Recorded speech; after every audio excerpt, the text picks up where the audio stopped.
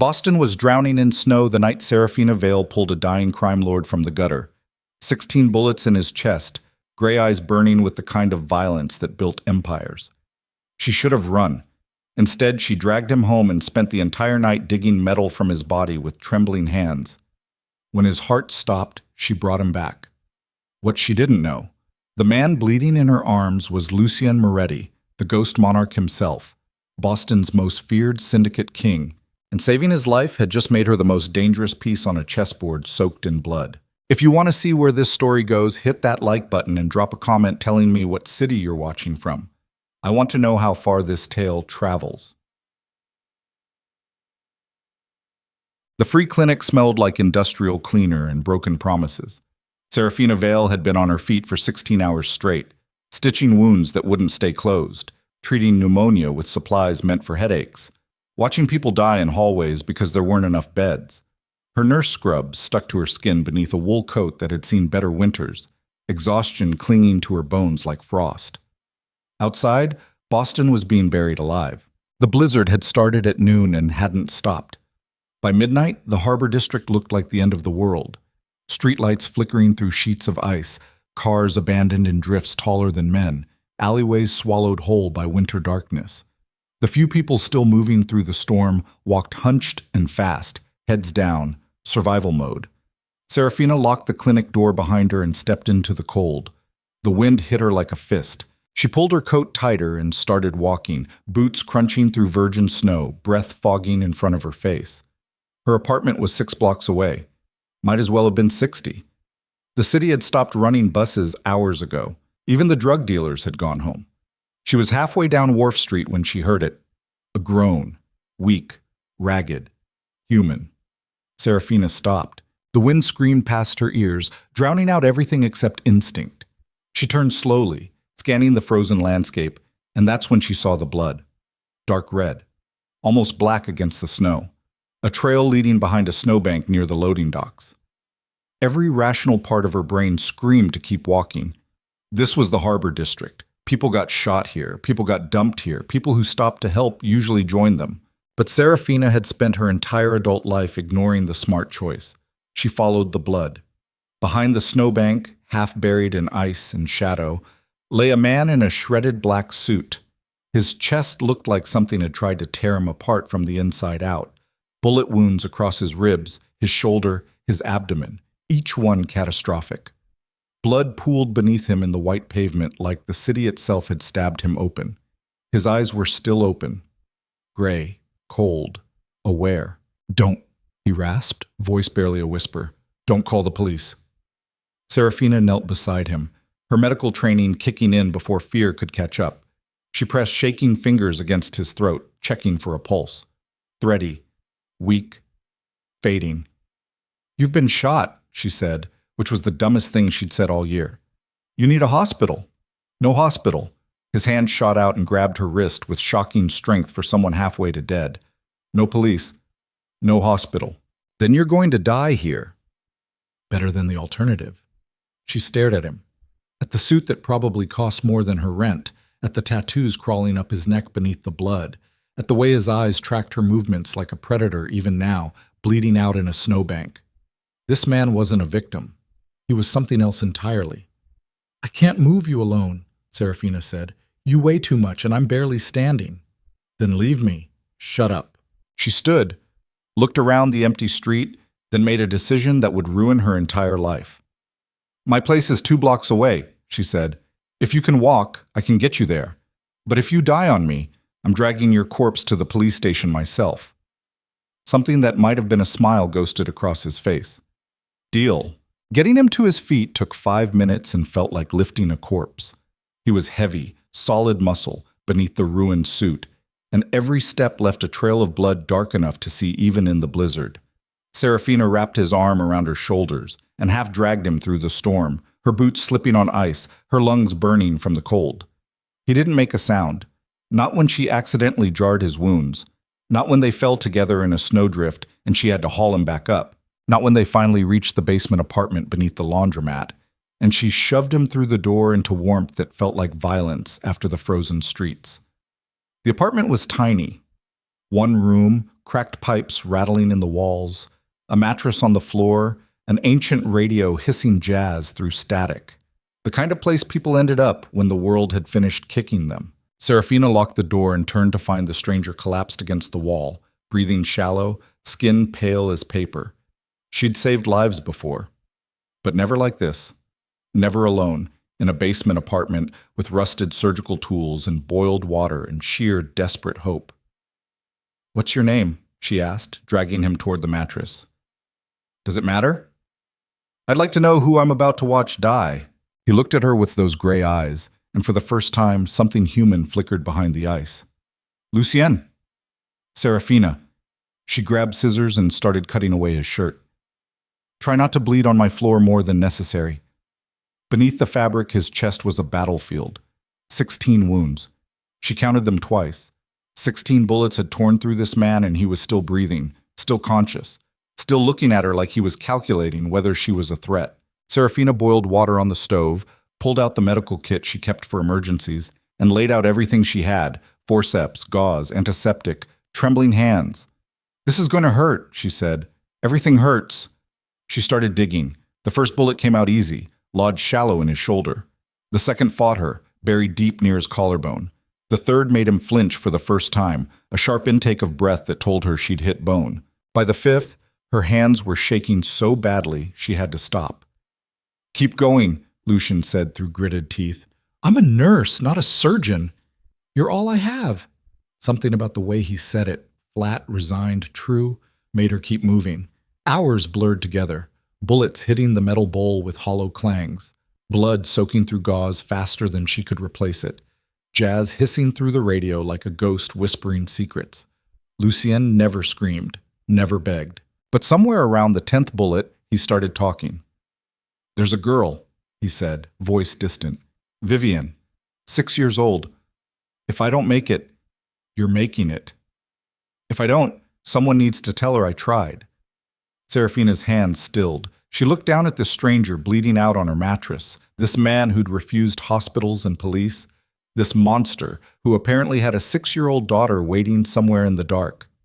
"Tell her yourself," she said quietly. Then she kept digging. The 16th bullet was the deepest, buried near his heart, tangled in muscle and tissue, refusing to let go. Serafina worked for 20 minutes, sweat dripping down her face, her entire body trembling from exhaustion and adrenaline. When it finally came free and hit the bowl with a final metallic clang, she sat back gasping.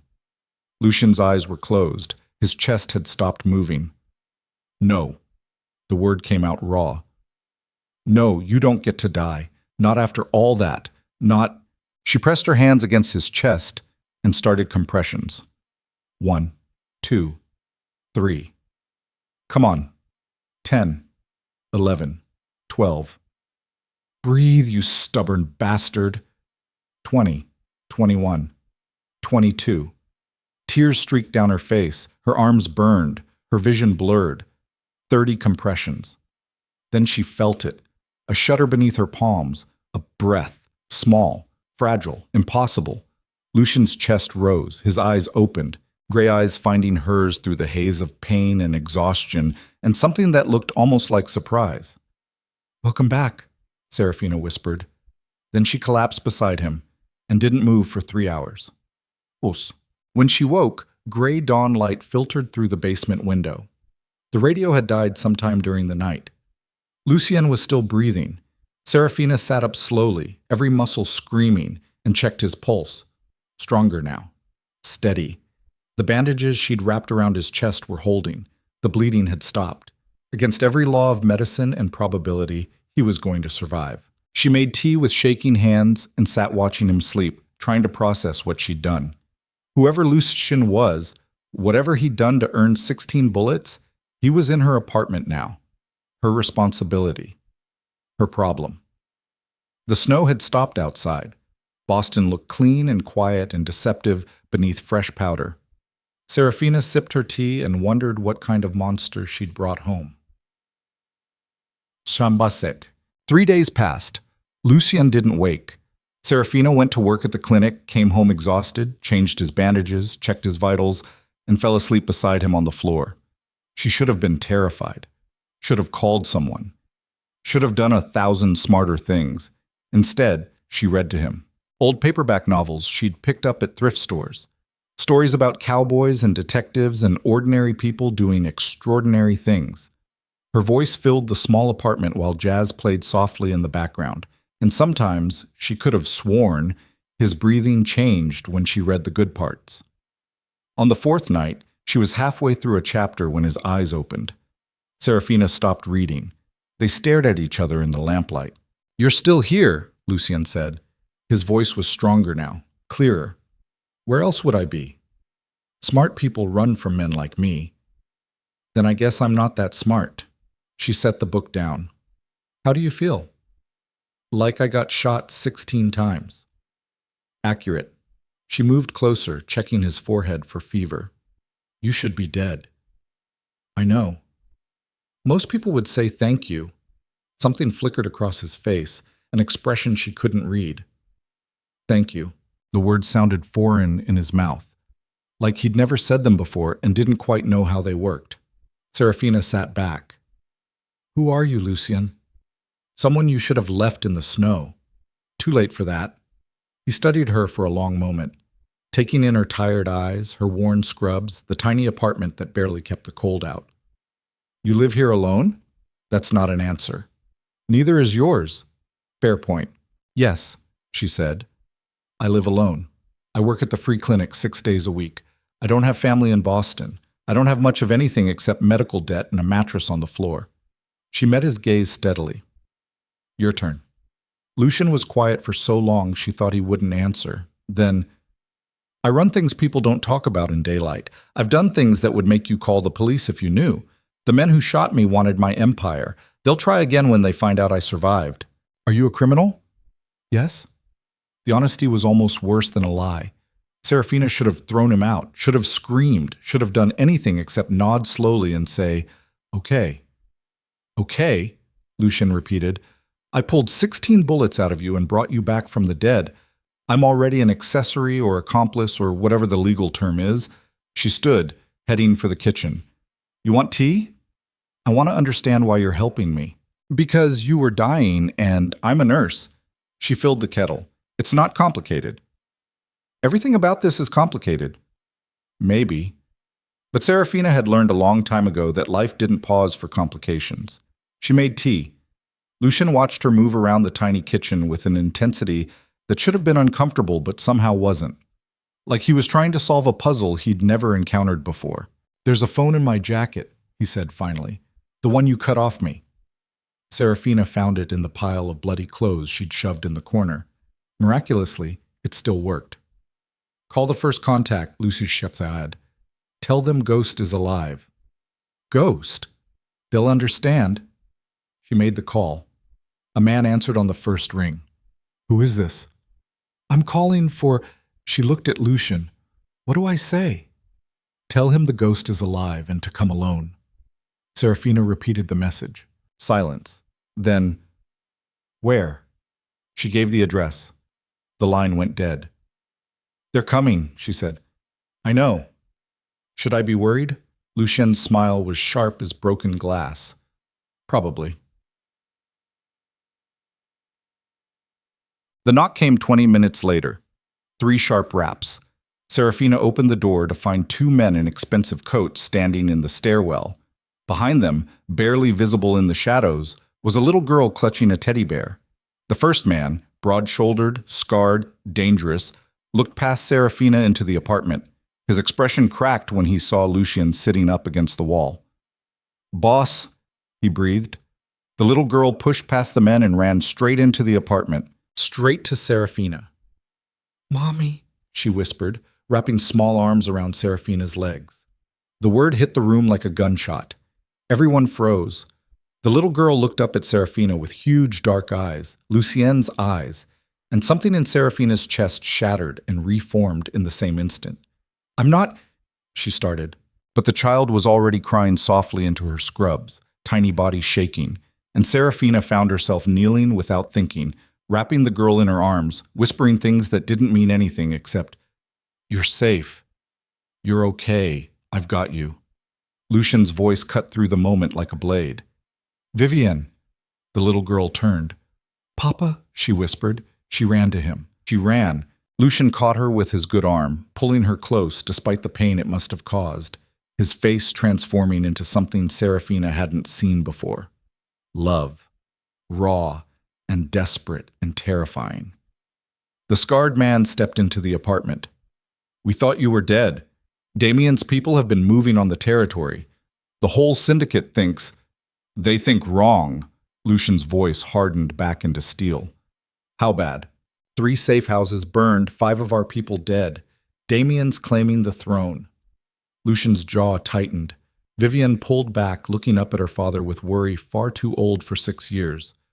You're hurt. I'm okay, princess. You're lying. Despite everything, the blood, the danger, the empire crumbling, Lucian smiled. Maybe a little. Serafina watched this exchange feeling like she'd stepped into someone else's life. These people didn't belong in her world.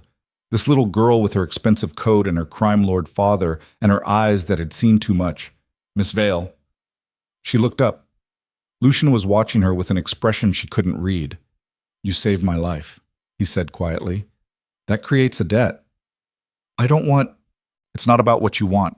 In my world, debts matter. They're currency, power, protection. He paused. And right now, you're in danger. Why? Because you know I'm alive. Because you've seen my face, my daughter, my people. Because the moment Damien finds out you exist, he'll come for you to get to me. The words settled over the room like ice. So what do I do? Serafina asked. Lucian looked at Vivian, then back at her. You come with us. Boom. The Moretti estate rose from the frozen coastline like something out of a nightmare disguised as a dream. Glass and steel and stone carved into the cliffs overlooking Boston Harbor. Security gates that could stop tanks. Windows that probably cost more than Serafina's entire life. The kind of place where empires were built and enemies disappeared. Beautiful. Lifeless. A cathedral for ghosts. Serafina stood in the marble entryway feeling like she'd been dropped into a foreign country where she didn't speak the language. Vivian held her hand. That was the only thing keeping her from running. Your rooms are upstairs, Lucian said. He was standing now, bandaged and pale, but steady. Everything you need will be provided. Don't leave the grounds without security. Don't talk to anyone outside the household. Am I a prisoner? You're under protection. Same thing. His mouth twitched. Maybe. A woman appeared, older, stern, wearing a housekeeper's uniform. I'll show you to your quarters. Vivian tugged at Serafina's hand. You'll stay, right? The hope in that small voice was unbearable. I'll stay, Serafina heard herself say. The little girl smiled. It was the first real smile Serafina had seen from her. The room they gave her could have fit her entire apartment inside it twice. King bed, silk sheets, windows overlooking the Atlantic, a bathroom with heated floors and a tub the size of a small pool. Serafina sat on the edge of the bed and tried not to cry. This wasn't her life. These weren't her people. But when she looked down at her hands, still stained with Lucian's blood despite washing them 20 times, she knew there was no going back. She'd made her choice in the snow. Everything else was just aftermath. A knock at the door made her jump. Come in. Vivian slipped inside, still clutching her teddy bear. She'd changed into pajamas, pink and soft and normal except for the sadness in her eyes. Can't sleep? Serafina asked. The girl shook her head. Want to sit with me? Vivian climbed onto the bed without hesitation, curling against Serafina's side like she'd done it 1,000 times before. They sat in silence. The ocean breathed against the cliffs. My real mommy died, Vivian said quietly. Serafina's throat tightened. I know, sweetheart. Papa says she's in heaven, but I don't think heaven is real. Why not? Because if it was, she would have come back for me. The logic was heartbreaking and perfect. Sometimes, Serafina said carefully, people can't come back even when they want to. That doesn't mean they didn't love you. Did you love someone who couldn't come back? The question hit harder than expected. Yes, Serafina admitted. My little brother, he died when I was 17. How? He got sick. The hospital couldn't save him. Vivian processed this. Is that why you save people now? Smart kid. Too smart. Maybe, Serafina said. I don't like watching people die. Papa almost died. I know. But you saved him. I tried. Vivian looked up at her with those huge dark eyes. Will you stay, even when it's scary? Serafina didn't know how to answer that. Didn't know if she could promise something when everything about this situation screamed danger. But Vivian was 6 years old and holding a teddy bear and looking at her like she was the only solid thing in a world made of smoke. So Serafina did what nurses do. She lied to make someone feel better. I'll stay, she whispered. Vivian smiled and fell asleep against her shoulder. Serafina sat there holding this child who wasn't hers, in a mansion built on blood money, protecting a crime lord who should have died in the snow. And somewhere in the dark, she heard footsteps stop outside her door, pause, then walk away. When she finally looked up, she saw Lucian's shadow disappearing down the hall. Watching. Always watching. Making sure his daughter was safe even when he could barely stand. Serafina closed her eyes and wondered what kind of monster loved this fiercely, and what it would cost her to find out. Morning came to the Moretti estate like an execution. Cold light spilled through floor-to-ceiling windows, turning the Atlantic into hammered silver. Serafina woke with Vivian still curled against her side, small body warm and trusting in a way that made Serafina's chest ache. For a moment, just one breath, she let herself pretend this was normal, that she belonged here, that the previous week hadn't happened. Then Vivian stirred and the illusion shattered. You stayed, the girl whispered. I said I would. Vivian smiled, and the weight of that smile settled over Serafina like a debt she didn't know how to repay. A knock rattled the door. Miss Vale, the housekeeper's voice carried the kind of authority that didn't ask permission. Breakfast is at 7. Mr. Moretti expects you downstairs. Expects, not invites. Expect. Serafina helped Vivian get dressed, watching the little girl navigate buttons and zippers with the mechanical efficiency of someone who'd learned to do everything alone, and followed her down hallways that felt more like museum corridors than a home. Marble floors. Abstract art that probably cost more than most people earned in a lifetime. Security cameras tucked into corners like mechanical eyes watching everything. The dining room was worse. A table built for 20 sat mostly empty. Lucien occupied the head, dressed in black despite his injuries, looking like death wearing expensive tailoring. 3 men flanked him, the scarred one from last night, and 2 others who radiated violence the way normal people radiated warmth. They all stopped talking when Serafina entered. Sit, Lucien said. It wasn't a request. Serafina sat. Vivian climbed into the chair beside her father, small and quiet, and Serafina watched something shift in Lucian's expression, softness bleeding through the steel for just a second before the mask returned. Coffee? A server appeared at Serafina's elbow. Please? The scarred man cleared his throat. Boss, about the situation. Not now, Marcus. But, Lucien's gaze cut sideways. I said not now. Marcus shut up. The silence that followed tasted like gunpowder. Breakfast arrived. Eggs, toast, bacon, fruit arranged like it was auditioning for a magazine spread. Serafina's stomach twisted. 2 days ago, she'd been eating instant ramen in a basement apartment. Now she was sitting in a crime lord's mansion pretending this was normal. Eat, Lucian said, watching her. I'm not hungry. You haven't eaten in 4 days except coffee and anxiety. Eat. How did he know that? Serafina picked up her fork and forced down a bite of eggs that tasted like ash. Vivian ate silently, eyes fixed on her plate, and Serafina recognized that look. The careful neutrality of a child who'd learned to make herself invisible when dangerous men were talking business. It made her furious. Does she always eat like this? Serafina asked, nodding toward Vivian. Lucian frowned. Like what? Like she's terrified of making noise. The table went quiet. Marcus looked like he wanted to disappear. The other men found their coffee extremely interesting. Lucien's jaw tightened. Vivian eats how she wants. No? Serafina leaned forward. She eats like someone taught her to be a ghost in her own house. You've been here 12 hours and you're already critiquing how I raise my daughter? I'm critiquing how you run a prison and call it a home. The words came out sharper than intended, harsher, true. Lucian stood slowly, despite the pain it clearly caused him. His men tensed. Marcus's hand drifted toward his jacket, where Serafina was absolutely certain he kept a gun. But Lucian just looked at her with those gray eyes that had seen too much death to be surprised by anything. "Vivienne," he said quietly, "go upstairs." "Papa, now." The little girl slid from her chair and ran. The sound of her footsteps fading up the marble stairs felt like a countdown. When they were alone, or as alone as you could be with 3 armed men pretending not to listen, Lucien spoke.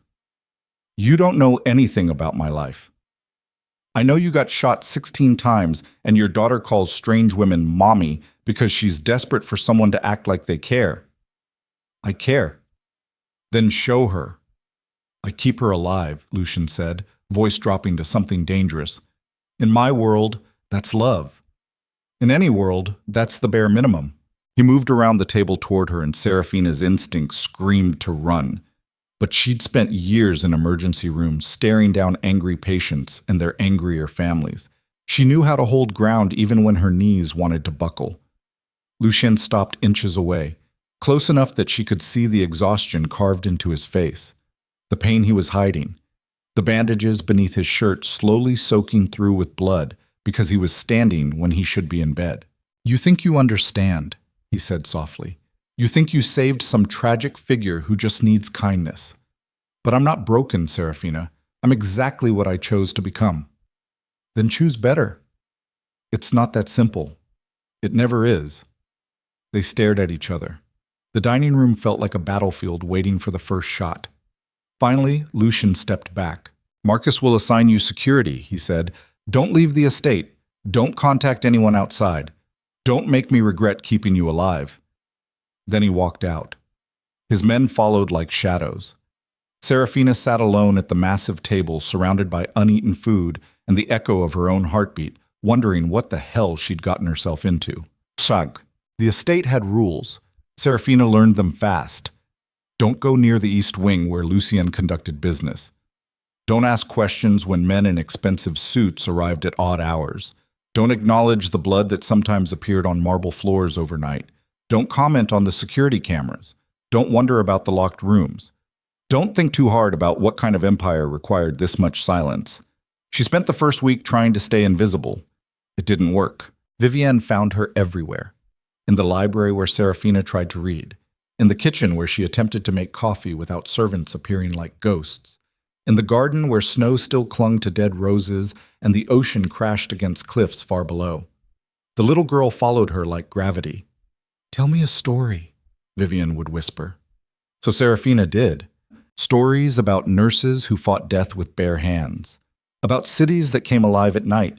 About ordinary people who did extraordinary things, not because they were heroes, but because someone needed help and they happened to be there. Vivienne listened like each word was precious. "Your stories are better than the ones Papa tells," she said one afternoon while they sat in the garden watching seabirds fight the wind. "What kind of stories does your father tell?" "Ones with monsters." "Do the monsters win?" Vivienne looked at her with those 2 old eyes. "Always." Serafina pulled the girl closer, wrapping her coat around both of them against the cold. "Not in my stories," she said. "In mine, people fight back." Dieg. Lucien watched them from his office window. He told himself it was security protocol, making sure his daughter was safe. That Serafina wasn't a threat. But the truth was harder to swallow. He couldn't stop watching the way Serafina made Vivienne laugh. Real laughter. The kind that echoed through hallways built for silence. The way his daughter ran to this stranger instead of hiding. The way the mansion felt less like a mausoleum when Serafina moved through it. It terrified him. "Boss!" Marcus appeared in the doorway. "Damien's people hit another location. The docks. 4 dead." Lucian turned from the window. "Ours or theirs?" "Ours." He let the anger rise and then crushed it back down. Emotion was weakness. Weakness was death. He'd learned that lesson young and bloody. Tell Victor to pull everyone back to defended positions. No retaliation yet. They think you're weak, Marcus said carefully. Word is spreading that the ghost got lucky, that you're hiding instead of fighting. Let them think that. For how long? Good question. Lucien looked back out the window where Serafina was teaching Vivian to build a snowman. His daughter's laughter carried on the wind, clear and bright and absolutely foreign to this house. As long as it takes, he said. Marcus left. Lucien stayed at the window watching the only two people in his empire who weren't afraid of him, wondering when kindness had become more dangerous than bullets. 2 weeks into her stay, Serafina finally exploded. It started small. Vivian wanted pancakes for breakfast. The kitchen staff said no.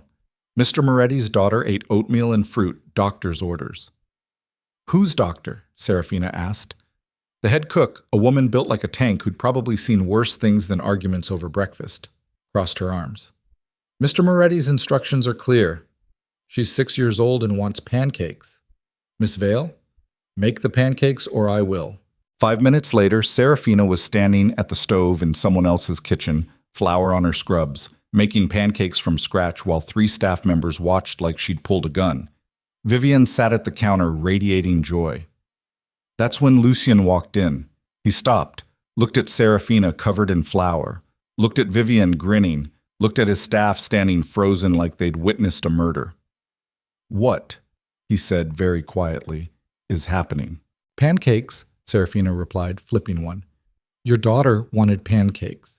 She eats oatmeal, I know. I heard.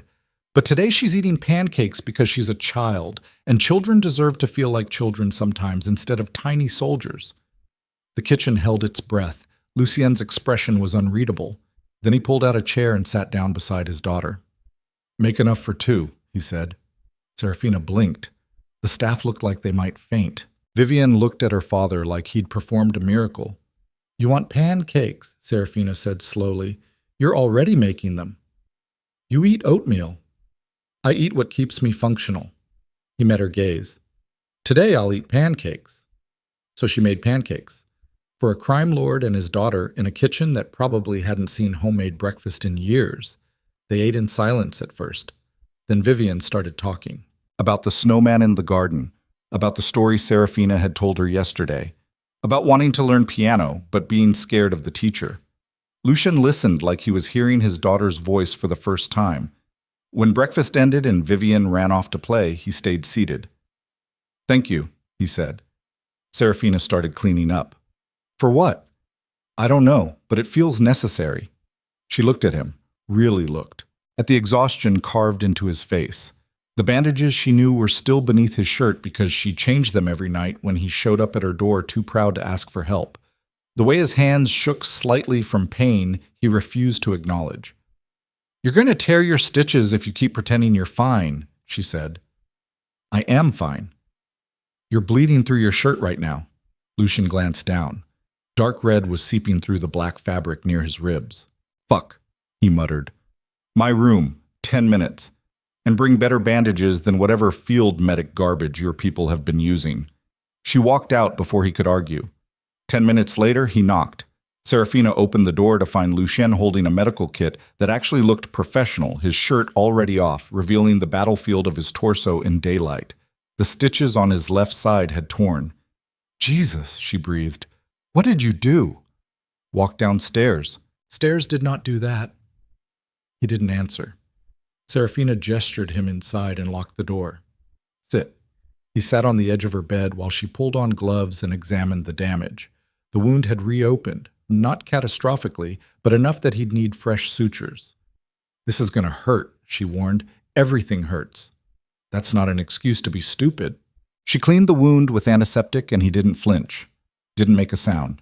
Just sat there breathing slowly while she worked, his eyes tracking her movements with that predator focus she'd learned meant he was calculating something.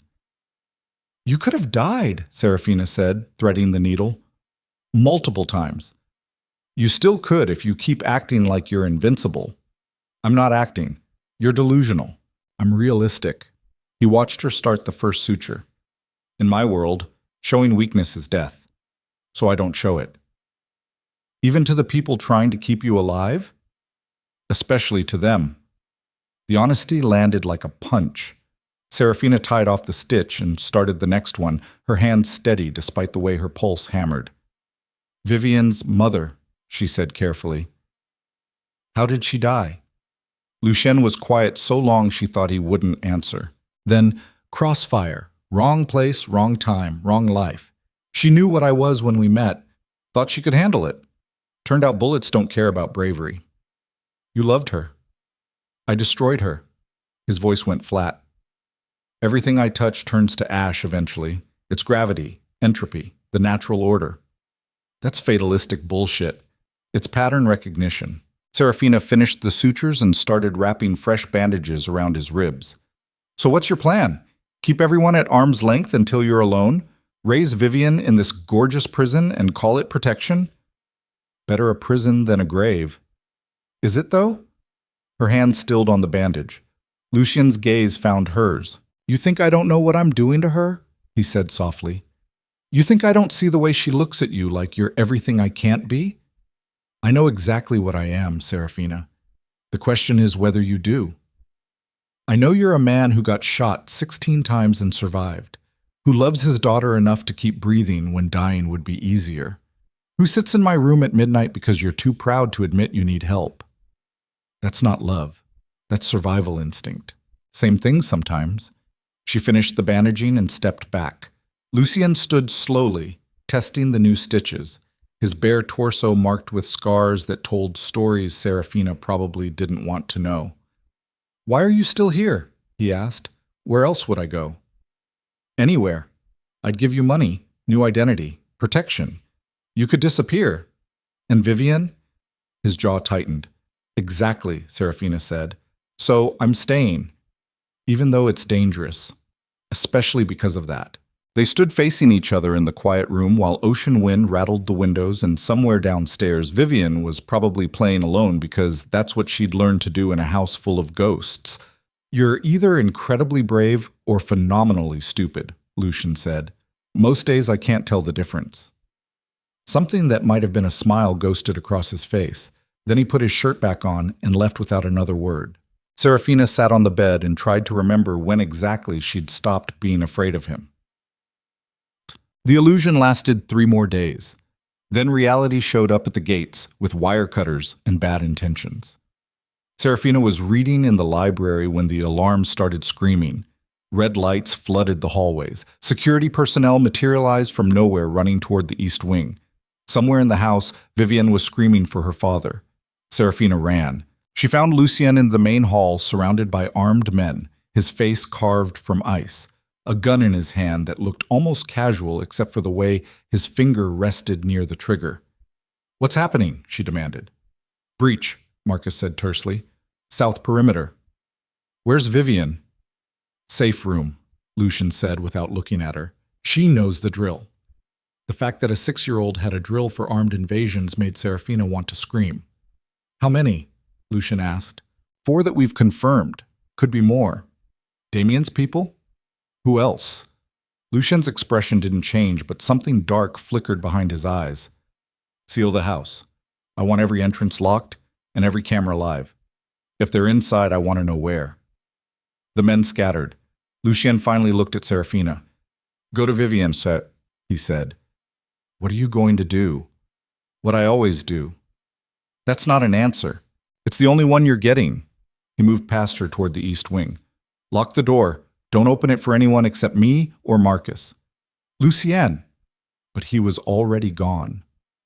Serafina stood alone in the massive hallway, listening to boots on marble and the sound of safeties clicking off weapons and her own heartbeat trying to break her ribs. She thought she understood what Lucien was. Now she was about to find out if she could live with the truth.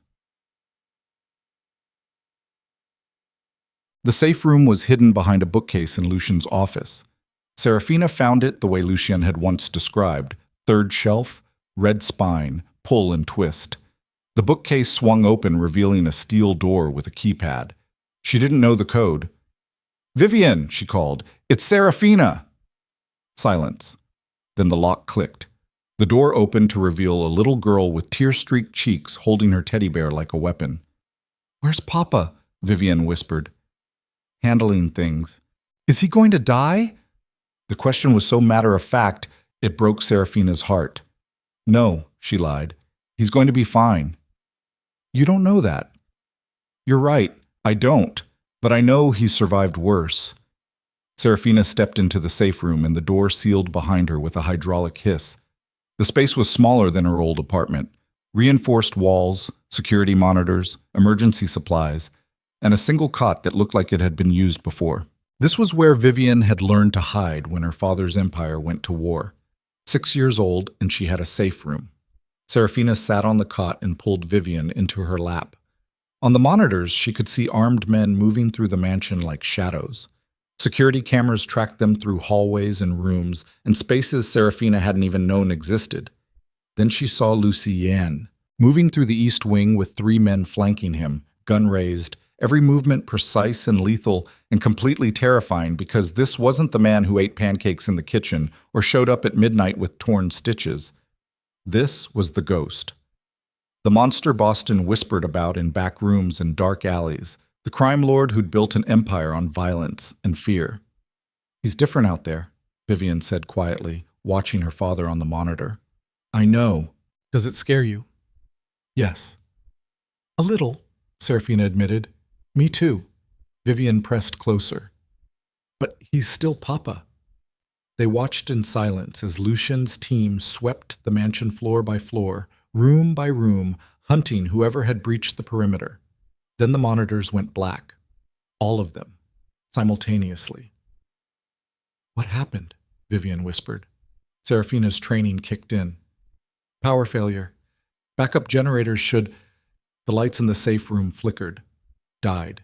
Emergency lighting came up, casting everything in red. Stay close to me, Serafina said, pulling Vivian tighter. Footsteps echoed outside the safe room. Heavy, wrong, too many. Someone tried the door handle. The lock held. Then a voice filtered through the steel. Male, amused, deadly. Cute hiding spot, but we have the schematics. Every room, every door, every little secret the ghost thought he buried. Vivian's breathing went sharp and shallow. Serafina covered the girl's mouth gently and pulled her toward the back corner of the safe room where the shadows were deepest. Tell Moretti we're taking what matters, the voice continued. He'll have 12 hours to make the trade. The girl for the territories. The girl. They were here for Vivian. Serafina's mind raced through options. The safe room was designed to hold against assault, but not indefinitely. Lucien was somewhere in the mansion fighting his own battle. Help wasn't coming. They were alone. Blow it, the voice said. Sir, the child... Damien wants her alive. He didn't say anything about comfortable. Serafina's blood went ice cold. She looked around the safe room, searching for anything that could be used as a weapon. Emergency supplies, medical kit, bottled water. Nothing. They were trapped. Then she saw it. An air vent near the ceiling, too small for her. Just big enough for a 6-year-old. Vivian, she whispered, I need you to be very brave. The little girl looked up at her with those huge dark eyes. The vent, Serafina said. Can you fit through it? I don't know. If I lift you up, can you try? Vivian nodded. The sound of drilling started at the safe room door. Serafina grabbed the cot and dragged it beneath the vent, climbed up, pulled Vivian up after her. The girl weighed almost nothing, too thin, too fragile, too young for any of this. Listen to me, Serafina said urgently. You're going to crawl through that vent until you find another opening. Don't stop. Don't make noise. Don't come back. Find your father, or find Marcus, or find anyone with a gun who works for your family. Do you understand? What about you? I'll be right behind you. Another lie, but necessary. Serafina unscrewed the vent cover with shaking hands while behind them the drilling grew louder. She lifted Vivian up into the opening. Go, she whispered, fast as you can. I'm scared. Me too. Go anyway. Vivian crawled into the darkness. Serafina replaced the vent cover just as the safe room door exploded inward. 3 men flooded inside with tactical gear and weapons raised. They found Serafina standing in the middle of the empty room, hands raised, heart hammering. The lead man, the voice from outside, smiled. Where's the girl? Gone. He hit her. Serafina's head snapped sideways and blood filled her mouth, but she didn't go down. Years of standing through double shifts and emergency room chaos had taught her how to absorb impact. Where is the girl? I said gone. He raised his hand again. Wait. One of the other men gestured to the vent. Too late, Serafina thought. Too late. Check it. The man dragged the cot over and peered into the vent.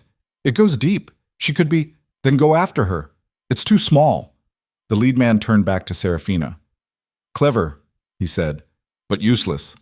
We own this house now. She's not getting out. Then he smiled, and Serafina saw her death in that expression. Damien said the girl comes alive, he continued.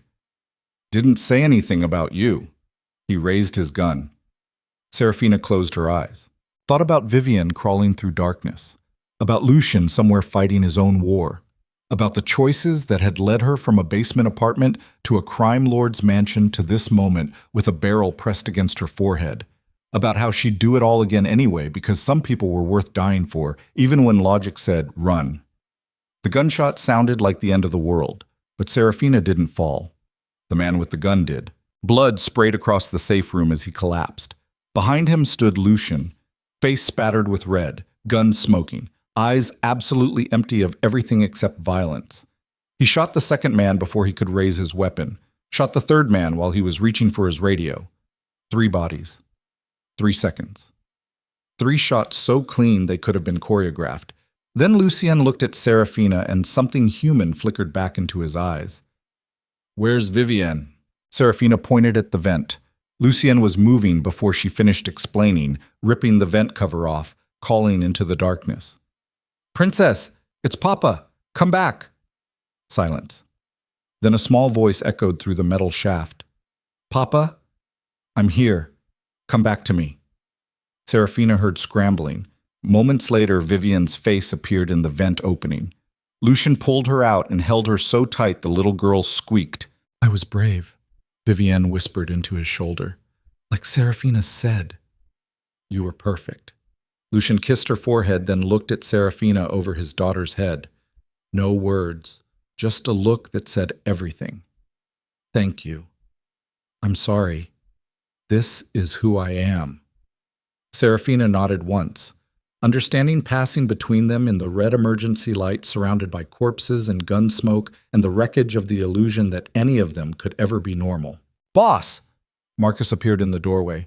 We got them all. 5 hostiles down. The rest retreated. Casualties? 2 of ours wounded, none dead. Secure the perimeter. I want every inch of this property swept. If they left anything behind, cameras, bugs, explosives, I want it found. Marcus nodded and left.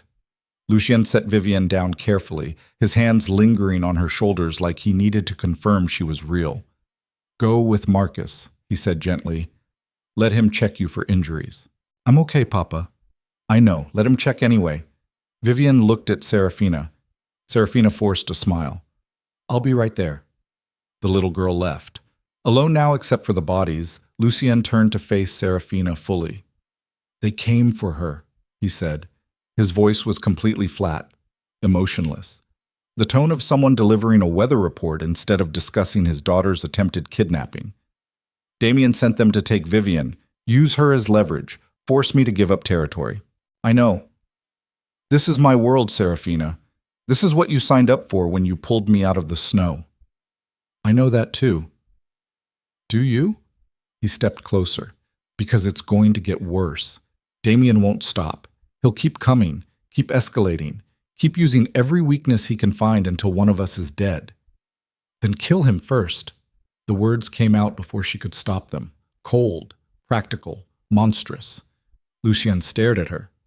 That's your advice? Kill him? You're asking a nurse who spent 16 hours digging bullets out of you to suddenly develop moral qualms about violence? Serafina laughed, and it sounded broken. I crossed that line the second I didn't call the police.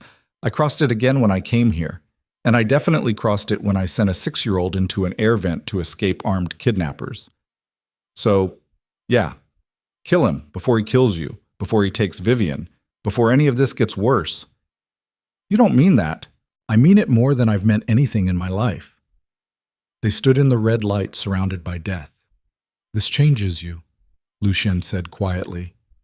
Violence, blood, survival. It changes who you are until you can't remember what you were before.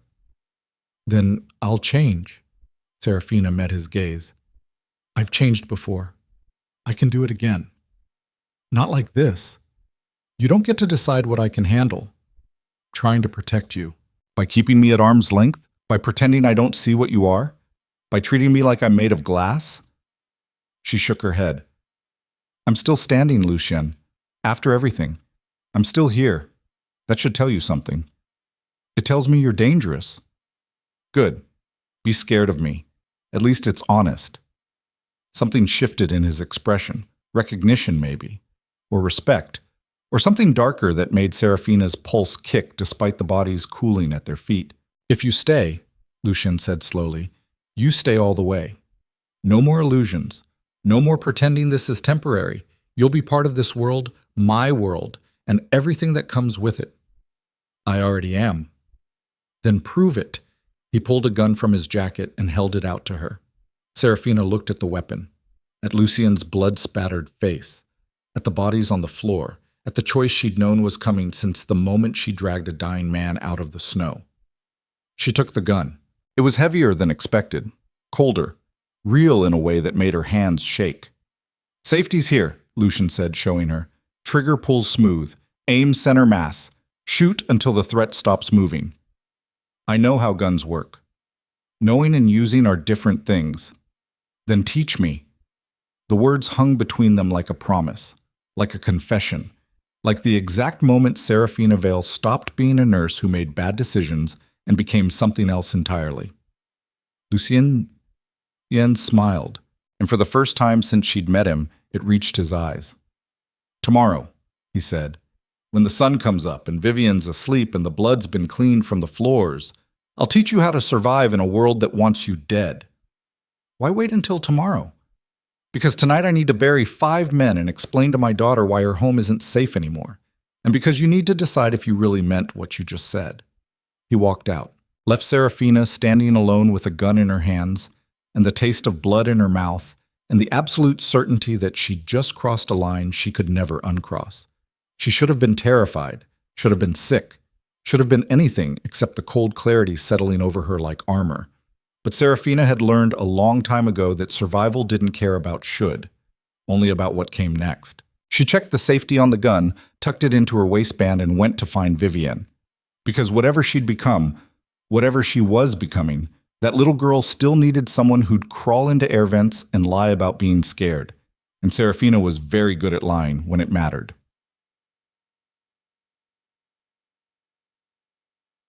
Three days later, Damien Voss received a package at his penthouse. Inside was a photograph. Serafina Vale standing in the Moretti Mansion's gun range, weapon raised, target shredded behind her. And written on the back in Lucien's handwriting, "She's mine now. Come and take her." Damien looked at the photograph for a long time. Then he smiled and started planning how to burn Lucien Moretti's entire world to ash. The gun range in the Moretti estate's basement smelled like cordite and old concrete. Serafina stood with her feet shoulder-width apart, weapon raised, hands steady despite the way her heart hammered against her ribs. The target downrange was already shredded, center mass obliterated by rounds she'd fired with increasing accuracy over the past week. Lucien stood behind her, close enough that she could feel the heat radiating off his body, his voice low in her ear. Again, she fired. The recoil kicked through her arms like a living thing, but she controlled it, absorbed it, let muscle memory take over the way Lucien had taught her. The target acquired a fresh hole exactly where she'd aimed. "Better," Lucien said, "but you're still thinking too much. When someone's coming at you, thought gets you killed. Instinct keeps you breathing. Instinct says run. Then we're retraining your instincts." He moved around to face her, taking the gun from her hands and checking the chamber with practiced efficiency.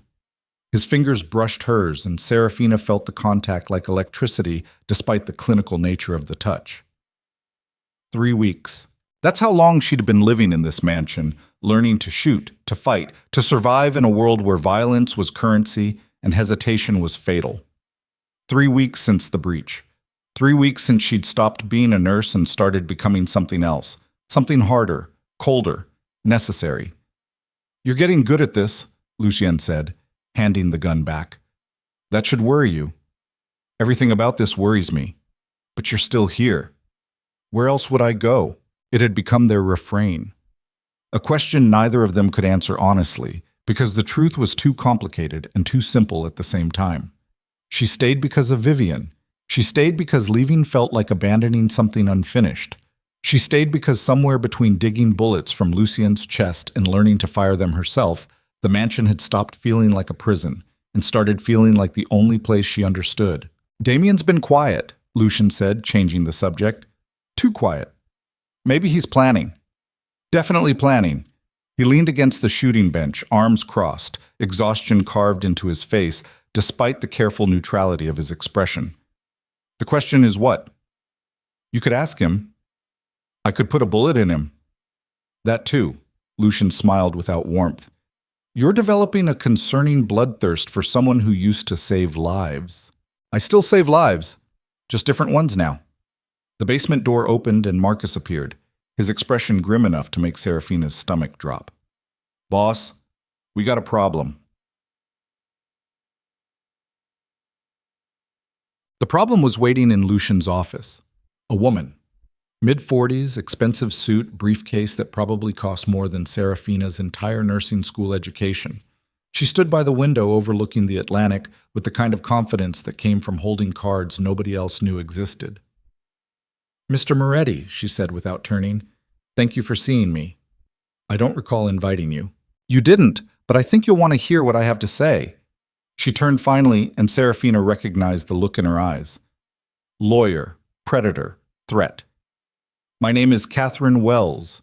I represent the estate of Margaret Ashford." Lucien went very still, the kind of still that meant violence was about to happen. "Margaret's dead," he said flatly. "Yes, 3 years ago. Cancer." Catherine opened her briefcase. But before she died, she made certain arrangements regarding her granddaughter's custody. The room temperature dropped 20 degrees. "Get out," Lucien said. "I'm afraid I can't do that." Catherine pulled out a document and set it on the desk. "This is a court order granting Margaret Ashford's estate temporary custody of Vivian Moretti, pending a full hearing on parental fitness." Serafina's medical training kicked in, checking Lucien's hands for tremors, his breathing for changes, any sign he was about to explode, but he just stood there radiating controlled fury. "On what grounds?" he asked quietly. "On the grounds that a 6-year-old child was nearly kidnapped from her home 3 weeks ago due to her father's criminal activities. On the grounds that said child has been living in what can only be described as an armed compound. On the grounds that CPS has received multiple anonymous tips about an unsafe environment." "Anonymous tips from whom?" Catherine smiled. "You know I can't reveal that." But Serafina knew. Everyone in that room knew. Damien. This was Damien's play. "You have 72 hours, Catherine continued. "After that, if you haven't surrendered Vivian voluntarily, federal marshals will come for her, and given your history, Mr. Moretti, I imagine they'll come prepared for resistance." "You walk into my house," Lucien said, voice dropping to something lethal, "and threaten to take my daughter, and you think you're walking back out?" Marcus moved toward the door, blocking the exit. Catherine didn't flinch. "If I don't check in with my office in 30 minutes, that court order becomes a warrant for your arrest on kidnapping and custodial interference charges. You'll be in federal custody by nightfall, and Vivian will be removed by force." She picked up her briefcase. 72 hours, Mr. Moretti. Use them wisely." She walked past Marcus without hesitation. The door closed behind her. Silence filled the office like poison gas. Then Lucien picked up a crystal decanter and hurled it against the wall. Glass exploded. Whiskey streamed down expensive wallpaper. "Boss," Marcus started. "Get out. We can fight this. We can—" "I said get out." Marcus left. Serafina stayed. She watched Lucien stand amid the wreckage of his control, breathing hard, hands clenched into fists, every muscle vibrating with rage he couldn't unleash because the enemy was a lawyer with paperwork instead of a man with a gun. "This is Damien," she said quietly. "I know. He's using the system against you. I know. So what are we going to do? Lucien looked at her, and for the first time since she'd met him, she saw something in his eyes that looked like fear. I don't know. That night, Serafina found Vivian in the library. The little girl sat curled in an oversized chair reading a book about birds, her teddy bear tucked under one arm, completely unaware that her entire world was about to implode. "Hey, princess," Serafina said softly. Vivian looked up and smiled. "Serafina, look, this one's called a puffin. They look silly." "They do." Serafina sat down beside her. "Can we talk about something?" The smile faded. Kids always knew. Somehow they always knew when adults were about to deliver bad news. "What's wrong?" Vivian whispered. Serafina had rehearsed this conversation a dozen times in her head. None of the scripts worked, so she went with the truth. "There are some people who think you'd be safer living somewhere else for a little while." "Away from Papa?" "Yes." "Why?" "Because they're scared that living here is dangerous for you." Vivienne processed this with the terrible wisdom of a child who'd grown up in violence. "Is it because of the bad men who came?" she asked. "Partly. But Papa keeps me safe." "I know he does." "Then why do I have to leave?" The question broke Serafina's heart. "Sometimes," she said carefully, "grown-ups make decisions that don't make sense to kids. This is one of those times." "I don't want to go." "I know, sweetheart. Will you come with me?" The hope in that question was unbearable. "I don't think they'll let me," Serafina admitted. Vivian's eyes filled with tears. "I don't want to go without you, or Papa. I don't want to go at all." She started crying. Quiet, hitching sobs that shook her small frame. Serafina pulled her close and held her while the little girl cried into her shoulder, and somewhere in the back of her mind she was making calculations. Measuring options, weighing consequences. Becoming exactly what Lucien had warned her about, someone who'd do terrible things for the people she loved. Midnight found Serafina in Lucien's office. He sat behind his desk, surrounded by legal documents, whiskey glass in hand, looking like a king watching his empire burn. "We could run," Serafina said. Lucien looked up. "What?" "Take Vivian and run. New identities, new country. Disappear before the 72 hours are up." "They'd find us." "Maybe. Maybe not." "And then what? Spend the rest of our lives looking over our shoulders? Raise Vivian in hiding? That's not living, Serafina. That's just slower dying." "It's better than losing her." "Is it?" He stood, moving to the window.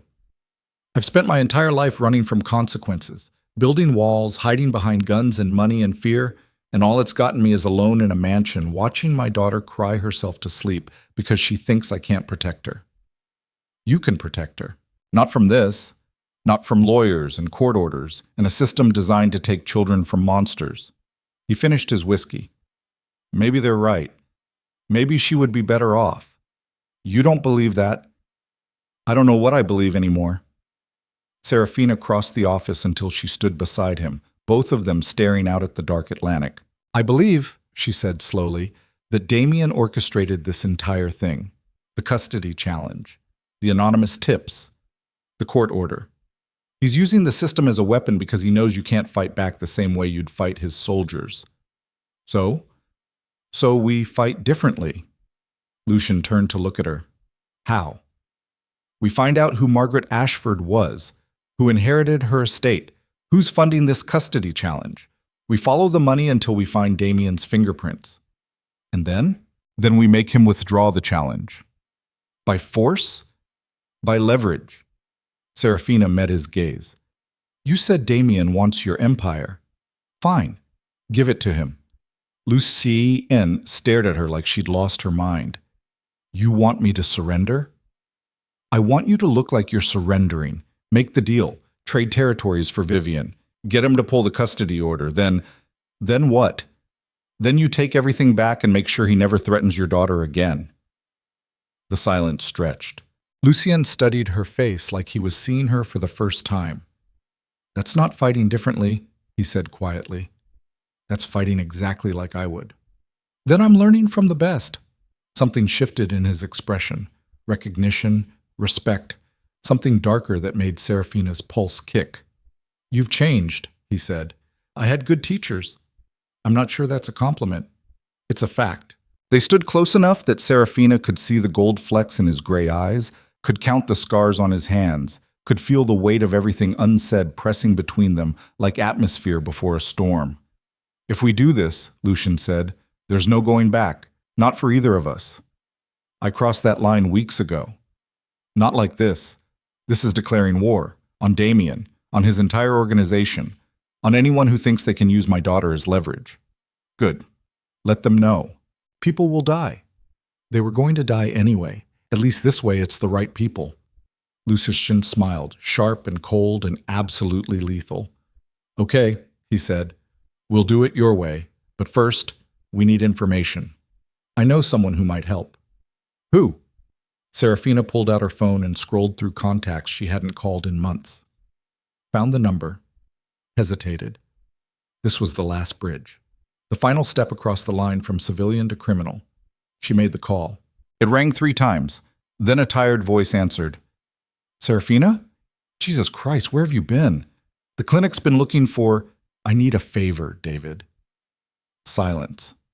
Dr. David Chen had been the attending physician at the free clinic, had trained Serafina, had become something like a friend in a world where friends were rare. "What kind of favor?" he asked carefully. "The kind you don't ask questions about." More silence. "Are you in trouble?" "I'm in something.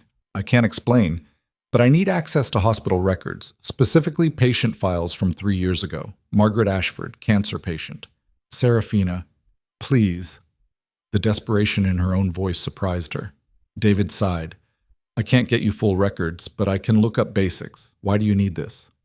"Because someone's using her death to hurt a little girl, and I need to know who benefits." "That's not an answer."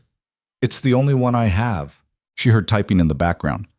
"Margaret Ashford," David said, "died 3 years ago. Pancreatic cancer.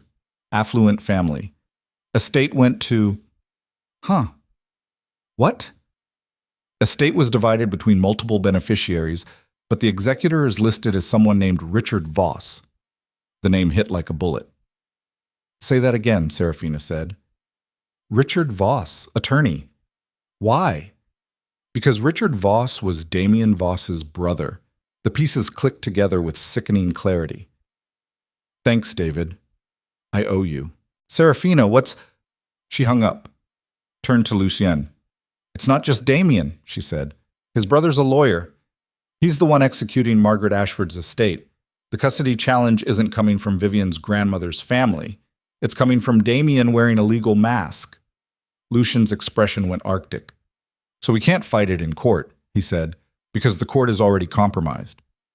Unless we can prove the executor has a conflict of interest." "How?" "We connect Richard Voss to Damien's criminal organization, prove they're working together, get him disbarred, and the whole custody challenge collapses. That could take months. We have 72 hours. They stared at each other, the impossible weight of the timeline pressing down like gravity. "There might be another way," Lucian said slowly. "What?" "Margaret Ashford wasn't Vivian's grandmother. She was my first wife's mother. We divorced before Vivian was born. Legally, Margaret had no claim to custody. Then why would her estate—" "Because someone forged documents making it look like she had standing, probably Richard Voss." Lucian pulled out his phone. "I need to make a call." He dialed. Waited. "It's me," he said when someone answered. "I need everything you have on Richard Voss. Financial records, client lists, anyone he's talked to in the past 6 months, because I'm about to destroy his entire life and I want to do it thoroughly." He hung up, looked at Serafina. 48 hours, he said. "That's how long it'll take my people to build a case. Then we take it to the judge and bury Richard Voss so deep he'll need a ladder to see sunlight. And if it doesn't work, then we go back to your plan. War." 36 hours later, everything fell apart. Serafina was reading to Vivian when the alarms started. Not the breach alarms. Something worse. Marcus burst into the library, face pale, gun drawn. "We need to move," he said. "Now." "What's happening?" Serafina demanded. "Federal raid. They're at the gates." Her stomach dropped. They weren't supposed to come for another day. Someone moved up the timeline. Vivian started crying. Serafina scooped her up and ran, following Marcus through hallways that suddenly felt like a maze designed to trap them. Behind them, she could hear doors being smashed open, commands being shouted, the systematic destruction of any illusion of safety. "Where's Lucien?" she gasped. "Meeting with his lawyers. He doesn't know yet." They reached the safe room. Marcus punched in the code. The door swung open. "Inside," he ordered. "Don't come out until—" A voice cut through the chaos. "United States Marshals, drop your weapon!" Marcus hesitated. Serafina saw the calculation flash across his face, saw him weigh loyalty against survival, saw him make the only choice he could. He dropped the gun, raised his hands. Federal agents flooded the hallway. Serafina clutched Vivian and backed into the safe room, but strong hands grabbed her arms, pulling her back out. "Ma'am, we need you to let go of the child." "No." "Ma'am." She's terrified. "I'm not letting go. We have a court order for protective custody. The child needs to come with us." Vivian screamed, wrapped herself around Serafina like if she held on tight enough the world couldn't tear them apart. "Please," Serafina begged. "Please don't do this. She's not in danger here. This is her home." "Step aside, ma'am." "I'm a nurse. Let me stay with her. Let me—" Hands pried Vivian away. The little girl's screams echoed through the mansion. "Serafina! Serafina, please!" "I'm here, baby. I'm right here." But she wasn't. They were dragging her backward while other agents carried Vivian toward the exit, and Serafina fought like a cornered animal, kicking and clawing and screaming until someone's fist connected with her stomach and all the air left her lungs. She collapsed, gasping, broken. Watching Vivian disappear down the hallway calling for her. "Mama! Mama, please!" The word hit harder than any fist. Mama. Not Serafina. Mama. Then they were gone. Serafina knelt on cold marble surrounded by federal agents, hands zip-tied behind her back, lungs burning, heart shattered into pieces small enough to slip through her ribs. This was what Lucien had warned her about. This was the cost of loving people in his world. This was losing. Mosit. They took her to a room in the mansion she'd never seen before. Some kind of interrogation space the marshals had commandeered. A woman in a severe suit sat across from her. Agent Ramirez, according to the badge. "Miss Vale," she said, "do you know why you're here?" "Because you kidnapped a 6-year-old. We removed a minor from an unsafe environment. She was safe with me. Were you?" Ramirez opened a folder. "Serafina Vale, 28, registered nurse. No criminal record until 3 weeks ago when you disappeared from your apartment and your job without notice. Now you're living with Lucien Moretti, known crime lord, in a mansion that was just breached by armed hostiles." "I was helping his daughter." "You were enabling a criminal." "I was keeping a little girl alive." Ramirez leaned back. "Here's what I think happened. I think you got pulled into something you didn't understand. I think Moretti used you, maybe through his daughter, maybe through money, maybe through fear. I think you're a victim here." "I'm not a victim." "Then what are you?" Good question. Serafina didn't have an answer anymore. "Where's Vivian?" she asked instead. "In protective custody.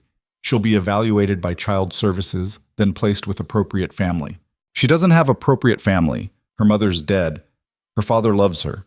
Her grandmother's been dead for 3 years. The whole custody challenge is a fraud." "That's not what the court order says." "The court order is based on forged documents. Margaret Ashford had no legal standing for custody. Check the records. Check the marriage certificates. Check anything." Ramirez made a note. "We'll look into it." "When?" "When we have time." "You don't have time. Someone's using the system to kidnap that little girl and you're helping them." "Or," Ramirez said calmly, "we're protecting a child from a dangerous environment and you're too close to see it clearly." The door opened. Another agent stepped in and whispered something to Ramirez. Her expression changed, hardened. "Miss Vale," she said, "did you know Lucien Moretti is currently missing?" Serafina's blood went cold. "What?" "He left the estate approximately 2 hours ago. Never made it to his lawyer's office. His car was found abandoned near the Harbor District. That's not possible. His security team is also missing. 3 men, all gone. No, no, no, no. This wasn't supposed to happen, Serafina whispered. What wasn't? But Serafina knew. Damien. This was all Damien. The custody challenge had been a distraction.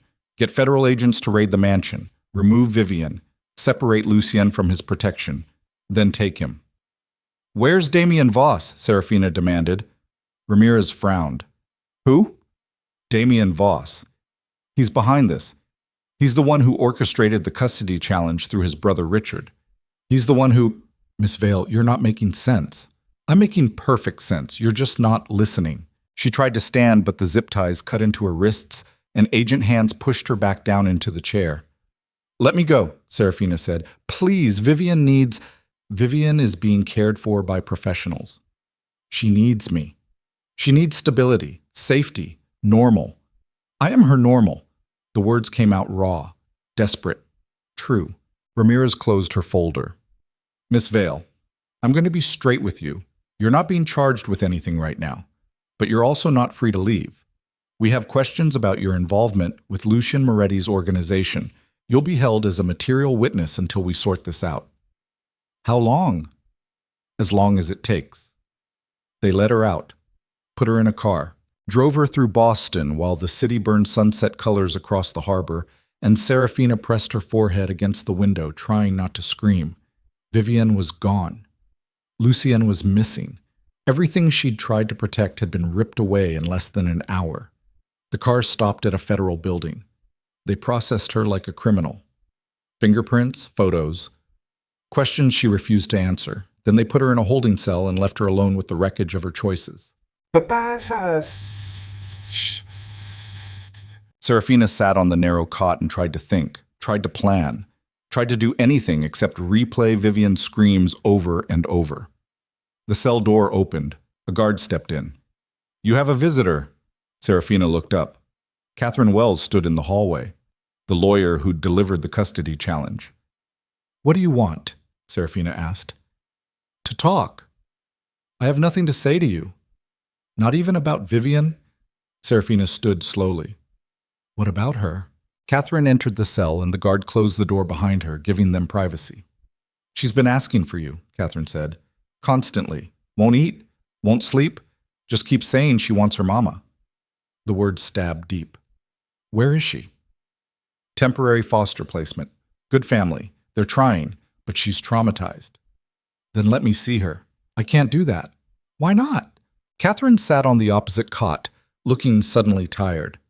Because I'm not actually here on behalf of Margaret Ashford's estate. Serafina's stomach dropped. What? I was hired by Damien Voss to file the custody challenge. Paid very well to make sure it went through regardless of the legal validity. The admission hung in the air like poison. Why are you telling me this? Serafina asked. Because Damien just doubled the contract. He wants Vivian permanently, full custody transferred to a family he controls. She'll disappear into the system and Lucien Moretti will never find her. You can't. I already did. The paperwork's filed.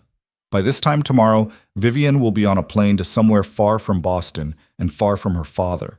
Serafina lunged, grabbed Catherine by the collar, slammed her against the cell wall. You're selling a 6-year-old to a crime lord and you came here to what? Gloat? Catherine didn't fight back, just looked at Serafina with something that might have been shame. I came to offer you a choice, she said quietly. What choice? Damien wants Lucien broken. Wants him to suffer.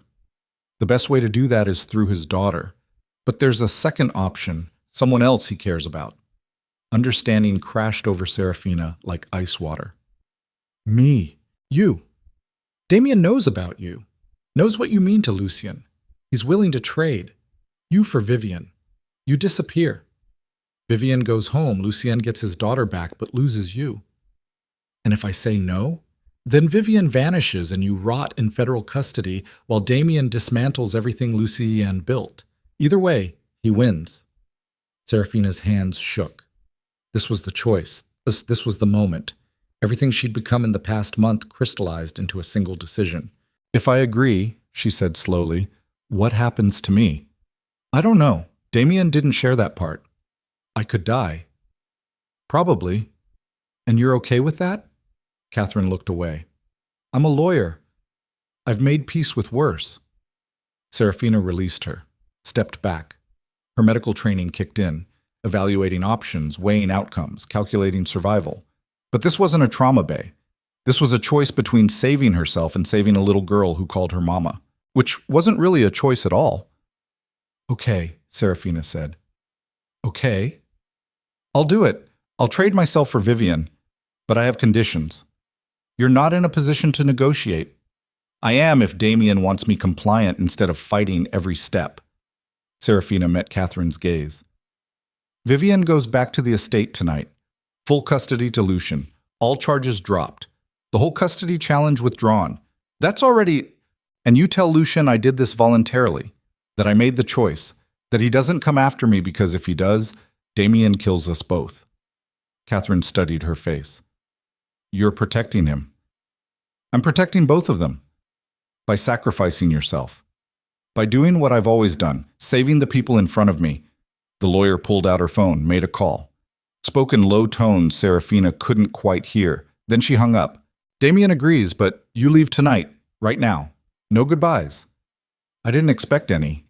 Catherine knocked on the cell door. The guard opened it. 2 men in expensive suits stood in the hallway. Not federal agents. Damien's people. This was real. This was happening. Serafina took a breath and walked toward them, leaving behind the wreckage of her life and the little girl she'd loved and the crime lord who taught her how to survive in darkness. They grabbed her arms, led her through the building, out a back entrance, into a black van.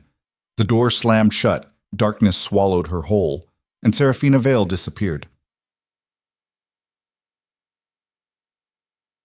Bolkik. 12 hours later, Lucien Moretti woke in a warehouse, hands zip-tied, blood in his mouth. Damien Voss standing over him smiling. Welcome back, Damien said. I was starting to think I'd hit you too hard. Lucien's vision swam. He cataloged injuries, ribs cracked, shoulder dislocated, concussion probable, survivable. Where's my daughter? He rasped. Safe, back home, exactly where you wanted her. What? The custody challenge has been withdrawn. Vivian's free. Congratulations. Nothing about this made sense. Why? Damien crouched down until they were eye level. Because I found a better way to break you, he said. Your daughter's fine, Lucien. But Serafina Vale? She made a trade, herself for Vivian. Noble, stupid, exactly what I expected from someone who thinks she can save the world one monster at a time. The words took a moment to process. Then they hit like bullets. Where is she? Somewhere you'll never find her. I made sure of that. I'll kill you. Maybe. Eventually. But first you're going to suffer. You're going to live knowing you got your daughter back because Serafina gave herself up. That the woman who saved your life, who learned to kill for you, who became exactly what you needed, she's gone. And it's your fault. Lucien tried to lunge, but the restraints held. Damien laughed. You know what the best part is? She made me promise to tell you not to come after her. Said if you tried, I'd kill you both. So now you have to choose. Honor her sacrifice and live without her, or chase her and watch her die. He stood, walked toward the warehouse exit, paused at the door. I win, Lucien. I took everything that mattered and left you alive to feel it. That's worse than death. That's victory. Then he was gone. Lucien knelt in the empty warehouse surrounded by his own blood and the echo of choices that had led him here. And for the first time in his life, the Ghost Monarch broke. Lucien Moretti stopped breaking after 17 minutes, not because the pain lessened, not because hope returned, but because rage burned hotter than grief, and somewhere in the wreckage of his sanity, the ghost woke up. He'd been kneeling in his own blood long enough for it to dry sticky against his skin. The warehouse around him was silent, except for the drip of water through broken pipes and the distant rumble of harbor traffic. Damien had left him alive deliberately. No guards, no execution, just abandonment designed to maximize suffering. Mistake. Lucien forced his dislocated shoulder against the concrete pillar behind him and shoved hard. The joint popped back into place with a wet crack that echoed through the empty space. White-hot pain exploded across his vision, but he swallowed the scream and kept moving. The zip ties around his wrists were industrial grade, but his hands were slick with blood. He twisted, pulled, felt plastic cutting deeper into already raw skin. Didn't matter. Pain was just information. Information he could ignore. 5 minutes of methodical work, and the restraint snapped. Lucian stood on legs that barely held him and assessed damage. Cracked ribs. Dislocated shoulder now relocated. Concussion probable. Blood loss significant, but not critical. Combat effectiveness maybe 60%. Good enough. He found his phone smashed in the corner. Found his gun missing. Found the warehouse door unlocked because Damien wanted him to walk out broken. Wanted him to go home to his daughter and live with the weight of Serafina's sacrifice. Wanted him to give up. Lucien stepped into cold Boston night and smiled through split lips. He'd give Damien something, but it wouldn't be surrender. The Moretti estate looked like a crime scene. Federal vehicles still lined the driveway. Yellow tape cordoned off sections of the mansion. Armed agents moved through rooms cataloging evidence that would never make it to trial because Lucian owned half the judges in Boston, and the other half were smart enough to stay bought. He walked through the front door covered in blood. 3 agents drew weapons. "Stand down," their commander said, recognizing him. "Mr. Moretti, you need medical attention." "I need my daughter." "Sir." Lucian kept walking. They didn't stop him. He found Vivian in her bedroom surrounded by child services workers who scattered when they saw his face. The little girl looked up from where she sat clutching her teddy bear, eyes red from crying, and something in Lucien's chest shattered and reformed simultaneously. "Papa," she whispered. He crossed the room and pulled her into his arms, despite the way his ribs screamed protest. She wrapped herself around him like if she held tight enough the world couldn't tear them apart again. "You came back," Vivian said into his shoulder. "Always." "They took Serafina." "I know." "Are you going to get her?" The question hung in the air between them. Lucian thought about Damien's words, about the choice he'd been given. Honor Serafina's sacrifice and live without her, or chase her and watch her die. He looked at his daughter's face, saw Serafina in every expression Vivian made now. The way she tilted her head when thinking, the stubborn set of her jaw when upset, the kindness that somehow survived, despite growing up in darkness. "Yes," Lucian said. "I'm going to get her." "Promise?" "Promise."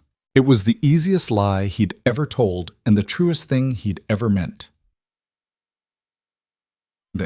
Marcus found him 2 hours later in the basement gym, hitting a heavy bag with methodical brutality despite the way each impact sent pain screaming through damaged ribs. "Boss," Marcus said carefully, "we need to talk." Lucien hit the bag again. "Talk." "The feds are clearing out. Custody challenge is officially withdrawn. Vivian's legally yours. Whatever Damien did, it worked." "I know." "So what's the play?" "We find Serafina." "Boss?" Lucien stopped hitting the bag and turned. Blood seeped through the bandages wrapped around his knuckles. Sweat mixed with older blood on his face. His eyes looked like winter. "We find her," he repeated. "I don't care how long it takes. I don't care what it costs. We find her and we bring her home."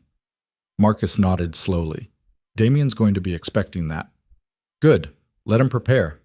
Won't matter. He could kill her the moment we get close. He could have killed her already and didn't. He wants me to suffer.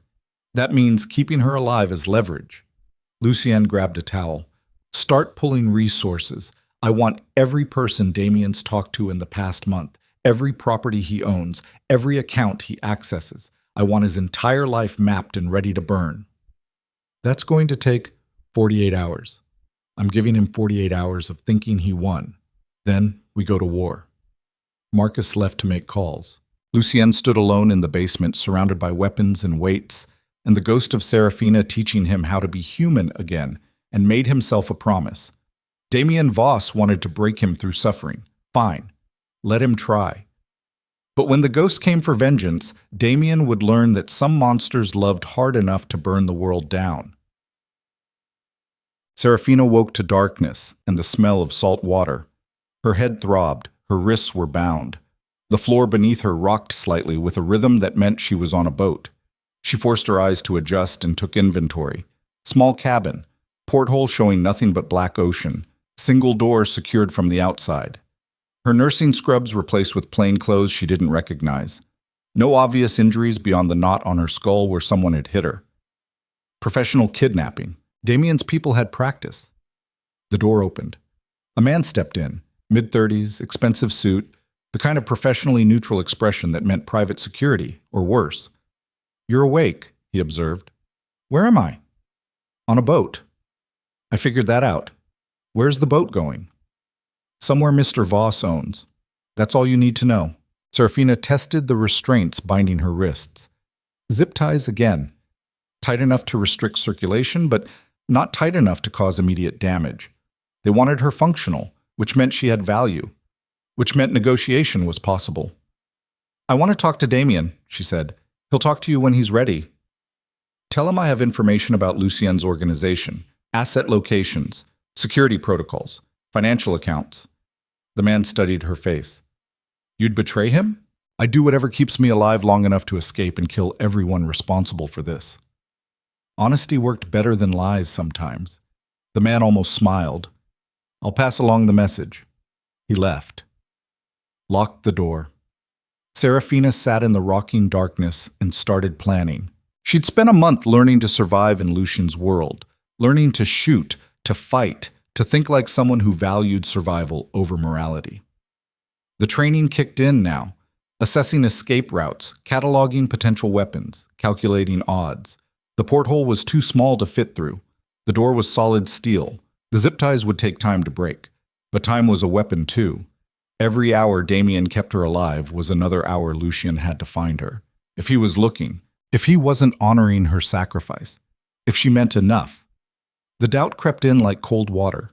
Serafina pushed it back down and started working on the zip ties with methodical patience, using the sharp edge of a bolt protruding from the cabin wall to saw through plastic fiber by fiber. She'd saved a crime lord's life once. She could save her own. Gibag. 48 hours passed like years. Lucien spent them becoming the monster he'd tried to leave behind. His people mapped Damien's entire empire. 18 properties across 3 states, 14 shell companies, 27 known associates, every thread connecting back to one central truth. Damien Voss had been planning this war for months, and Serafina's kidnapping was just the opening move. "He's consolidating power," Marcus reported during their 3rd strategy session. "Taking over territories while you're distracted. 5 of our operations hit in the past day. He thinks you're broken." "Let him think that," Lucien said, studying the map spread across his desk. "What about Serafina?" "No confirmed sightings, but we tracked movement on one of Damien's boats leaving Boston Harbor the night she disappeared. Headed south. Coast Guard lost it near Rhode Island. He took her by water. Looks like. Check every marina, every private dock, every property with boat access. Start in Rhode Island and work south. That's hundreds of locations. Then use hundreds of people. I don't care what it costs." Marcus made notes. "Boss, even if we find her, extracting her from Damien's custody without getting her killed, we'll get her out." "How?" Lucien looked up and Marcus saw something in those gray eyes that made him step back instinctively. "However necessary," Lucien said quietly. "Tech." On the 3rd day they found her. A private estate on the Connecticut coast, registered to a shell company owned by Richard Voss, Damien's lawyer brother. Satellite imagery showed a main house, guest house, private dock, and enough security to guard a head of state. "That's where she is," Lucien said with absolute certainty. "We don't have confirmation," Marcus warned. "We don't need it. Damien's using his brother's property because he thinks the legal shield protects him. It doesn't. We hit this, we're starting an all-out war. We're finishing one." Lucien assembled his team. 12 men, handpicked, loyal enough to follow him into certain death and skilled enough that death wouldn't be certain. They met in the estate's armory where enough weapons to outfit a small militia waited on steel racks. Lucien methodically selected gear, body armor, tactical rig, enough ammunition to siege a compound, and the same gun he'd carried when he built his empire through blood and fear. The ghost was going hunting. "We go in quiet," he briefed the team. "Extract Serafina. Anyone who gets between us and her goes down. No hesitation, no mercy. Questions?" "What about Damien?" one of the men asked. "If he's there, he dies. If he's not, we'll find him after." They loaded into vehicles and drove south through pre-dawn darkness. Lucien sat in the back watching Connecticut coastline blur past and thought about Serafina, about her hands pulling bullets from his chest, about her voice reading to him in a basement apartment, about the way she'd called his mansion a tomb and brought it back to life through sheer stubborn kindness, about Vivian calling her mama, about everything he'd never said because men like him didn't know how to speak in anything except violence and silence. If she died before he could fix that, he'd burn the world to ash. Starting with Damien Voss. Book. The estate materialized through morning fog like something out of a nightmare. High walls, surveillance cameras, armed guards patrolling perimeter, the kind of security that screamed guilt and fear. Lucien's team split into 3 groups. Group 1 would breach from the water using the private dock. Group 2 would cut power and communications. Group 3, Lucien and Marcus, would go through the front gate and make enough noise that everyone inside would focus on them instead of the real threat coming from the harbor. Distraction and extraction. Simple. Brutal. Likely to get someone killed. On my mark, Lucien said into the radio. He waited until everyone confirmed position. Took a breath. Remembered Serafina's face the last time he'd seen her, covered in flour making pancakes for his daughter, while his staff watched like she'd performed a miracle. Mark. The power cut first, lights dying across the estate. Emergency generators kicked in seconds later, but those crucial moments of darkness were enough. Group 1 hit the dock. Group 2 moved on secondary objectives. Lucien drove straight through the front gate. Metal shrieked. Alarms screamed. Guards materialized from security stations with weapons raised, but Lucien was already moving, out of the vehicle, gun up, firing with the kind of precision that came from decades of violence. 2 guards down before they could aim. 3 more scrambling for cover. Marcus flanked right, providing suppression fire. Lucien advanced through the chaos like he was back in the days before empires and mansions, when survival meant being faster, meaner, and more willing to die than the other guy. A bullet cracked past his ear. He returned fire. Another guard fell. The front door exploded inward from charges Group 1 had planted. Smoke filled the entryway. Lucien moved through it into the main house, clearing rooms methodically while somewhere in the back of his mind, he registered gunfire from other sections, meaning his team was engaged. Acceptable. Necessary. He'd mourn the casualties later. First floor clear, second floor accessed via a grand staircase that had probably cost more than most people earned in a lifetime. Lucien took the steps 2 at a time despite the way his still-healing ribs protested. Top of the stairs, hallway stretching in both directions. Clear left, a voice crackled in his radio. One of Group 1. Clear right, another voice. That left center. Lucien kicked open the first door. Empty bedroom. Second door. Office. Third door. Locked. He stepped back and fired 3 rounds into the lock. The door swung open. Inside, Serafina sat bound to a chair in the middle of an otherwise empty room. Alive. Bruised, but breathing. Her eyes found his, and something passed between them that had no words. Relief. Rage. Recognition. You came, she said. Did you think I wouldn't? I thought you'd honor my sacrifice and stay safe. I'm not good at following instructions. Lucien crossed the room and cut her restraints with a knife. Serafina stood on shaking legs and collapsed against him. He caught her reflexively, one arm wrapping around her waist while the other kept his gun trained on the door. Are you hurt? He asked. Nothing permanent. You? Nothing new. She pulled back enough to look at his face. You look like hell. I've had a bad week. Despite everything, the gunfire still echoing through the house, the blood on his clothes, the danger pressing in from all sides, Serafina almost smiled. We need to move, Lucien said. Where's Damien? Not here. This is his brother's property. So this was just the holding cell. Looks like. Marcus appeared in the doorway. Boss, we got a problem. What kind? The kind with helicopters and federal badges. Someone called in a raid. We've got maybe 5 minutes before this place is swarming with agents. Lucien swore. Damien called it in. He knew we'd come. It's a trap, Serafina said. It was always a trap. He pulled her toward the door. We're leaving anyway. They moved through the house as a unit, Lucian leading, Marcus covering rear, Serafina between them. The estate had transformed into a war zone. Bodies in expensive security uniforms, bullet holes in imported wallpaper, the smell of cordite thick enough to taste. Group 1 had secured the dock. The boats waited. They were 10 feet from escape when Damien Voss stepped out of the guest house with a gun aimed at Serafina's head. Everyone froze. Lucy Yen, Damien said pleasantly. Right on time. Let her go. Or what, you'll shoot me? Fine. But my finger's on this trigger, and dead man's reflex is a real thing. You shoot me, she dies too. The Mexican standoff crystallized in morning light. Lucian's team had weapons trained on Damien. Damien had his weapon trained on Serafina. Federal helicopters grew louder in the distance. Here's how this works, Damien continued.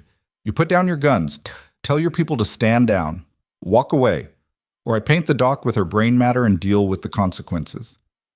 You wanted me broken, Lucian said. You wanted me to suffer. Killing her defeats the purpose. Maybe I'm tired of the long game. You're bluffing. Want to test that theory? Serafina looked at Lucian and saw him calculating odds, weighing choices, trying to find the angle that saved her without surrendering everything. She'd spent a month learning from him, learning to shoot, to fight, to survive. Time to see if the lessons took. Lucienne, she said quietly. Don't. Trust me. Then she moved, dropped straight down like her legs had given out, removing herself from Damien's line of fire. Lucienne fired before she hit the deck. The bullet took Damien in the shoulder, spinning him sideways.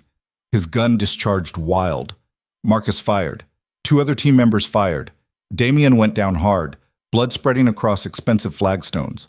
Not dead, but close. Lucienne dragged Serafina to her feet and they ran for the boats, while behind them federal helicopters crested the tree line and orders to freeze crackled through loudspeakers. The boats roared to life. They were 50 yards offshore when the first agents hit the dock. 200 yards out when someone opened fire. Bullets stitched water around them, but the range was too far for accuracy. By the time federal boats scrambled to pursue, Lucienne's team had disappeared into the maze of coastal islands where the Atlantic met Connecticut Sound. They ditched the boats an hour later, switched to vehicles staged at a private marina, drove back to Boston through morning traffic while Serafina sat in the back seat shaking from adrenaline crash, and Lucienne kept one hand on her knee like he needed to confirm she was real. That was stupid, he said finally. It worked. You could have died. So could you. That's the whole point of this life, isn't it? We could all die any second, so we might as well do it for something that matters. Lucian looked at her and saw the transformation complete. The nurse who pulled him from a snowbank was gone.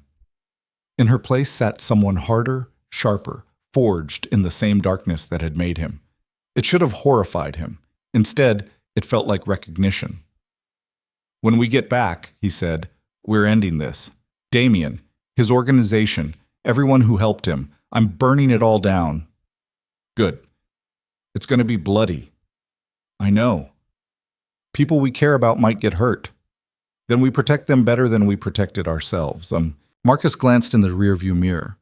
Boss, we got another problem. What now? Message from one of our people inside the federal system. They're issuing warrants. For you, for Serafina, for everyone on the extraction team. We just became the most wanted people in Boston. Lucienne's jaw tightened. Damien's still moving pieces. Even bleeding out, he's orchestrating this. So what do we do? Serafina asked. We move faster than he does. We hit him before the warrants execute. We end this tonight. He'll be in a hospital, Marcus said, guarded, surrounded by federal agents and his own security. Good. Makes him easier to find. You want to attack a hospital? I want to finish what should have ended in that warehouse. Lucian pulled out his phone and started making calls. Get everyone we have, every resource, every favor owed. I want Damien Voss dead before midnight. The car sped through Boston streets while behind them, the machinery of law enforcement ground into motion, and ahead of them, a crime lord lay bleeding in a hospital bed, still moving pieces on a board he thought he controlled. But Lucien Moretti had learned something in the past weeks. Sometimes the best strategy wasn't careful planning. Sometimes it was overwhelming force applied without mercy. Sometimes you just burned everything down and sorted through the ashes after.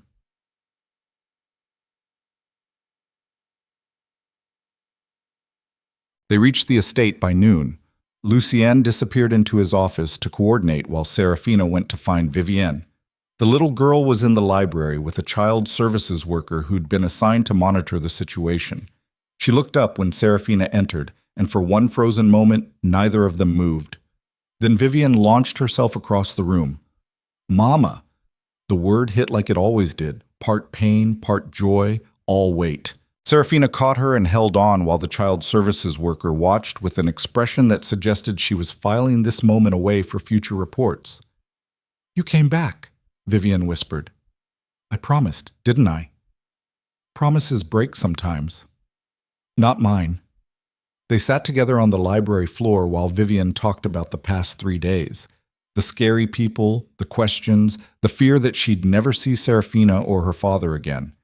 The worker took notes. Serafina ignored her. "Is Papa going away again?" Vivienne asked. "Not if I can help it." "Are you going away?" "Never." "Promise?" "Promise." Another promise she had no right making but would die trying to keep anyway. The worker cleared her throat. "Miss Vale, I need to inform you that your presence here is technically in violation of several custody agreements." "Then arrest me," Serafina said without looking at her. "Otherwise leave us alone." The worker left. Vivienne curled against Serafina's side. "You're different now." "How?" "Sharper, like Papa." "Smart kid. Too smart." "Is that bad?" Serafina asked. Vivienne thought about it. "No, it means you can protect yourself." "That's good." They sat in silence while outside Lucien assembled an army. By sunset, the plan was ready. Damien was in Mass General Hospital under federal guard. 4th floor, private room. Security cameras on every corridor. At least 6 agents rotating shifts, plus Damien's own people mixed in with civilian patients and staff. Attacking it directly was suicide, so they wouldn't attack directly. "We're going to do something I've never done before," Lucien told his assembled team. "We're going to tell the truth." He pulled up a file on his laptop and transferred it to a secure server accessible by every major news outlet in Boston. "This," he said, "is 3 years of evidence documenting Damien Voss's criminal organization. Names, dates, transactions, murders. Everything his lawyer brother Richard helped cover up using legal manipulation." Marcus stared at the screen. "Boss, if we release this, we expose Damien completely. His federal protection evaporates. The agents guarding him either step aside or become accomplices to known criminals. You're weaponizing the law." "I'm using every tool available. Damien wanted to play with courts and custody challenges? Fine. Let's see how he likes discovery." "This burns our bridges," another team member said. "We release this, we can't operate in Boston anymore. Every cop, every fed, every judge, they'll all come for us." "Then we'll leave Boston." Lucien looked around the room. "After tonight, this city can have itself back. But first, Damien Voss dies." He hit send. The files uploaded. Within minutes, news organizations started reporting. Within an hour, the story exploded across every channel. Within 2 hours, federal agents were being pulled from Damien's hospital room to answer questions about why they were protecting a known crime lord. The board shifted. Chaos entered the game. And in that chaos, Lucien moved. They hit the hospital at 9 p.m. Not as soldiers, as patients. 12 people entering through different entrances with fabricated injuries, broken bones, chest pain, bleeding wounds that looked worse than they were. The emergency room flooded with Lucien's people, and in the confusion, 3 of them slipped past triage carrying weapons hidden in medical equipment bags. 4th floor. Damien's room.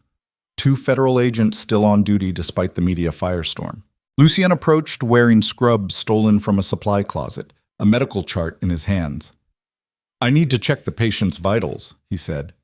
The agents looked at him, looked at each other. "We weren't notified of any examination," one said.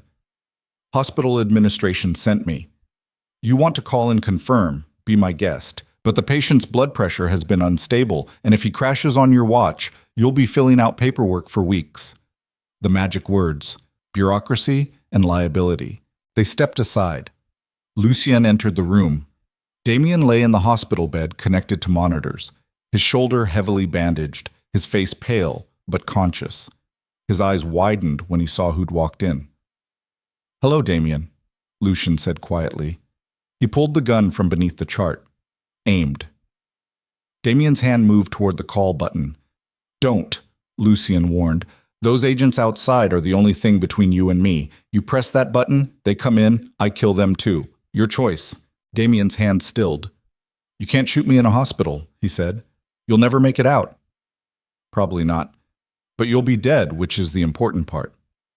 "Then do it. Shoot me. Prove you're still the ghost." Lucien's finger tightened on the trigger. 1 pound of pressure. That's all it would take. 1 bullet. End the threat. Protect Vivian. Free Serafina. Simple. But then he thought about his daughter asking if he was going away again. Thought about Serafina promising never to leave. Thought about the cost of violence and whether he wanted to pay it anymore. "No," Lucien said. He lowered the gun. Damien laughed. "You've gone soft." "Maybe, but I'm also done playing your game." Lucien pulled out his phone and showed Damien the news coverage. "Every news outlet in the state has evidence of your organization. Your protection's gone. Your empire's collapsing. And your brother, he's already cutting deals with prosecutors." The color drained from Damien's face. "Richard wouldn't. He already did. Gave up everything to avoid disbarment and prison. You're alone, Damien, completely alone." Lucien walked to the window and looked out at Boston sprawling below. "Here's what's going to happen," he continued. "You're going to federal prison, real prison, not some protected facility. And every enemy you made building your empire is going to hear that the man who went after Lucien Moretti's daughter is locked in a cage." Understanding dawned in Damien's eyes. Horror. "You're making me a target." "I'm making you pay." Lucien turned back. "You wanted me broken? Wanted me to suffer? Congratulations. I suffered. But suffering made me realize something. I don't need to kill you. I just need to make sure you spend every remaining day of your life looking over your shoulder, wondering when someone I paid or someone you wronged or someone who just wants a reputation is going to shove a shank between your ribs." He walked toward the door, paused. "For what it's worth, you almost won. You took my daughter. You took Serafina. You made me choose between vengeance and the people I love. That was smart, strategic, the play I would have made." "Then why are you walking away?" Lucien smiled, cold and final as winter. "Because I learned something from a nurse who pulled me out of a snowbank and taught me that sometimes the bravest thing you can do is choose to live instead of choosing to kill. You should try it sometime." He left. The federal agents outside looked at him with weapons half drawn. "Relax," Lucien said. "I'm just a doctor checking on a patient." He walked past them down the corridor while behind him, Damien Voss started screaming for help that wouldn't save him from what was coming. Lucien met his team in the parking garage. "It's done," he said. "He's alive," Marcus noted. "Worse, he's going to wish he wasn't."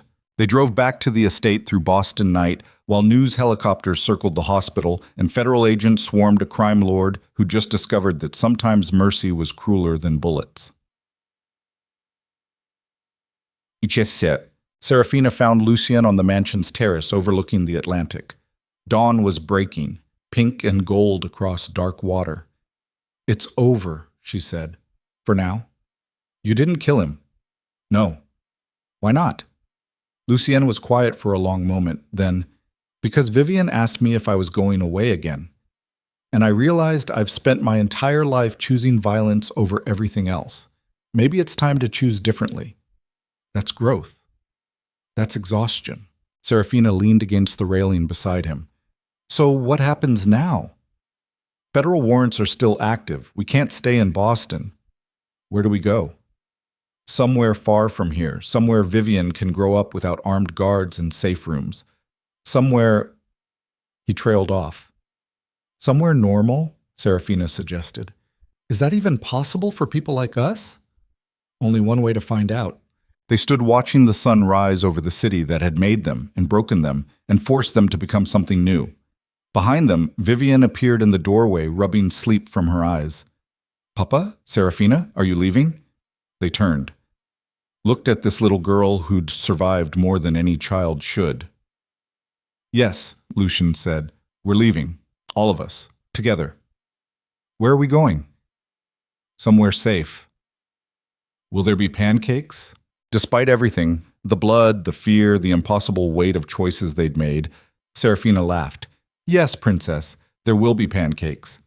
Vivian smiled and ran to them, and for the first time in their broken lives, the three of them stood together watching dawn break over a future that terrified them. But at least they'd face it as a family, whatever that meant, whatever it cost, however long it lasted, together. They had 72 hours. That's what Marcus calculated after reviewing federal warrant timelines, tracking law enforcement movements, and mapping every exit route from Boston that wouldn't end in handcuffs or worse. 72 hours to disappear before the full weight of the justice system came down on them.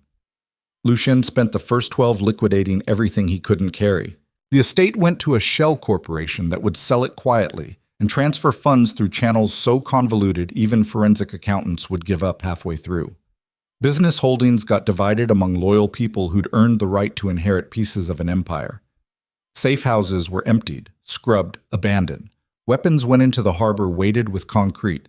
The Ghost Monarch was dismantling himself piece by piece. Serafina watched from the library window as moving trucks came and went, carrying away furniture and art, and the physical evidence of Lucien's entire life. Vivian sat beside her drawing pictures of houses that didn't look like fortresses, normal houses with gardens and neighbors, and windows that didn't need bulletproof glass. Where do you want to go? Serafina asked her. Vivian thought about it seriously. Somewhere warm, with beaches, and no basements. Why no basements? Because that's where people hide when bad things happen. I don't want to hide anymore. The wisdom in that statement hit harder than it should. Serafina pulled the little girl closer. No more hiding, I promise. Will Papa be different when we leave? What do you mean? Less scary, more like when he makes pancakes. Serafina looked at Vivian's hopeful face and wanted to promise yes. Wanted to say that leaving Boston would erase decades of violence and transform Lucien into something softer. But she'd learned to stop lying to this kid. I think, she said carefully, that your papa will always have sharp edges, but maybe in a new place he won't need to use them as much. That's a grown-up answer. You asked a grown-up question. Vivienne returned to her drawing, adding a swing set to her imaginary normal house. The door opened and Lucien entered carrying a file folder. He looked exhausted. 3 days of dismantling an empire while dodging federal attention had carved new lines into his face. We have a problem, he said. Of course they did. What kind? Serafina asked. The kind where Catherine Wells, the lawyer who delivered the custody challenge, just requested a meeting. Says she has information we need before we run. It's a trap. Probably, but she's coming alone, unarmed, says she'll meet in public. Why would she help us? That's what I want to find out. Eats. They met her at a coffee shop in Cambridge. Neutral territory far enough from Boston proper that federal surveillance was thin, but public enough that violence would draw immediate attention. Catherine sat at a corner table wearing civilian clothes instead of her usual power suit, looking smaller somehow. Human instead of predatory. Lucien slid into the seat across from her while Marcus and 2 others watched from strategic positions around the cafe.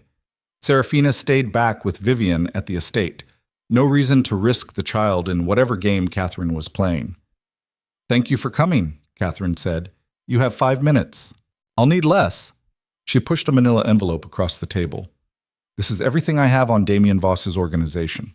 Financial records, communications, evidence of conspiracy to commit kidnapping, fraud, and about 40 other charges. Lucien didn't touch the envelope. Why? Because I'm a lawyer, not a monster. What Damien had me do, using a dead woman's estate to steal a child, I can rationalize a lot of moral flexibility, but that crossed lines I didn't know I had.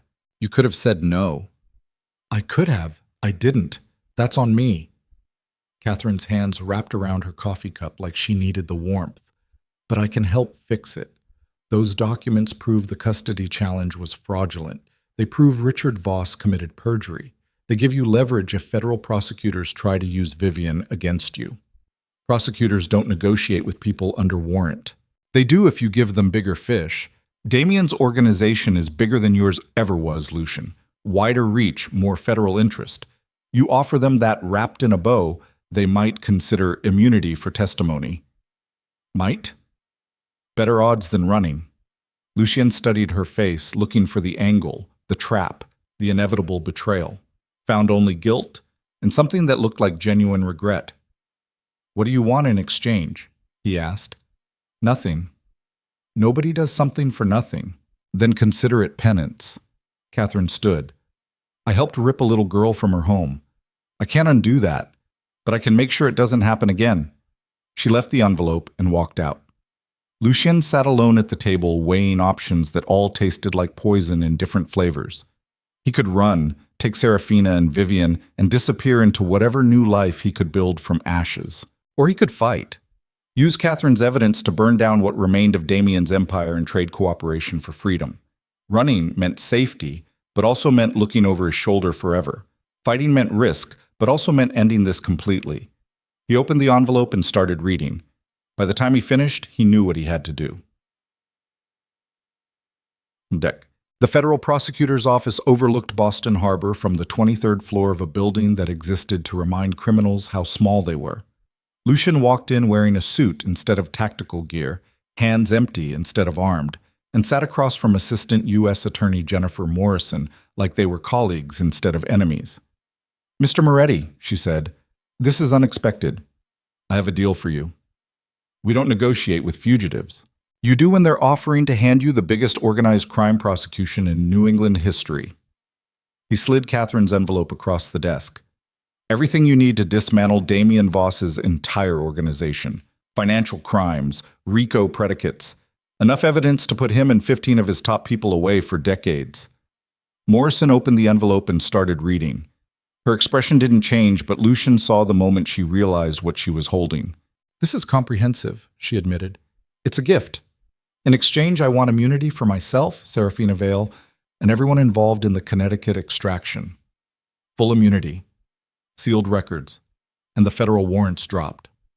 That's a lot to ask. I'm offering a lot." Morrison closed the envelope and leaned back in her chair, studying him with the kind of calculated assessment that meant she was running scenarios, weighing political capital, measuring career advancement against principle. "Why now?" she asked.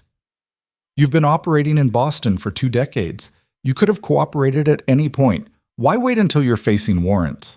"Because I have a daughter who deserves better than growing up visiting her father in prison. Because I'm tired. Because continuing this life costs more than I'm willing to pay anymore." That's surprisingly honest. "I'm surprisingly tired of lying." Morrison was quiet for a long moment, then, "I'll take this to my superiors. But I need more than documents. I need testimony, depositions. You want a witness stand if this goes to trial? Against Damien? Against everyone in that envelope?" Lucien thought about Vivian drawing houses with swing sets. About Serafina learning to shoot because his world demanded violence from everyone it touched. About the Ghost Monarch he'd been and the man he was trying to become. "Okay," he said. "I'll testify. Then we have a deal, pending approval from the U.S. Attorney." She extended her hand. Lucien shook it and felt the weight of an empire slide off his shoulders. The approval came through in 48 hours. Full immunity in exchange for cooperation. Warrants withdrawn. Federal protection during the prosecution phase. Lucien read the agreement 3 times, looking for traps and loopholes. Found only standard legal language and the signature of someone powerful enough to make promises stick. He called Marcus. "It's done. We're clear." "The team?" "Everyone. Full immunity as long as they don't commit new crimes." "What about Damien? He's the government's problem now." Marcus was quiet. "Boss, you know what happens to crime lords who cooperate with feds." "I know. You'll be a target for everyone who thinks you broke the code, for everyone who sees cooperation as weakness." "Then I'll be a target somewhere far from here where nobody knows my face." "You really think you can just walk away?" Lucien looked around the estate that had been his throne and his prison. I don't know, but I'm going to try. Bassam.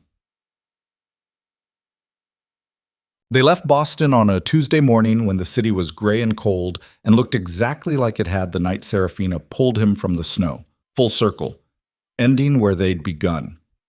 3 people in a car heading south with everything they owned in bags that fit in the trunk. No motorcade, no security detail, no empire following behind them, just a family running towards something instead of away from it. Vivian sat in the back seat watching Boston disappear through the window. Will we ever come back? Do you want to? Lucien asked. She thought about it. No, this city has too many ghosts. Where did you learn to talk like that? Serafina's books. Serafina smiled from the passenger seat. I'm a terrible influence. The best ones usually are. They drove through New England watching winter loosen its grip on the landscape, ice giving way to mud, snow melting into streams, the world transforming slowly from frozen to fluid. By nightfall, they crossed into New York. By midnight, they'd reached Philadelphia. By dawn, they were in Virginia, and Lucien realized he couldn't remember the last time he'd driven this far without someone trying to kill him. It felt like freedom, fragile and uncertain, and probably temporary, but freedom nonetheless.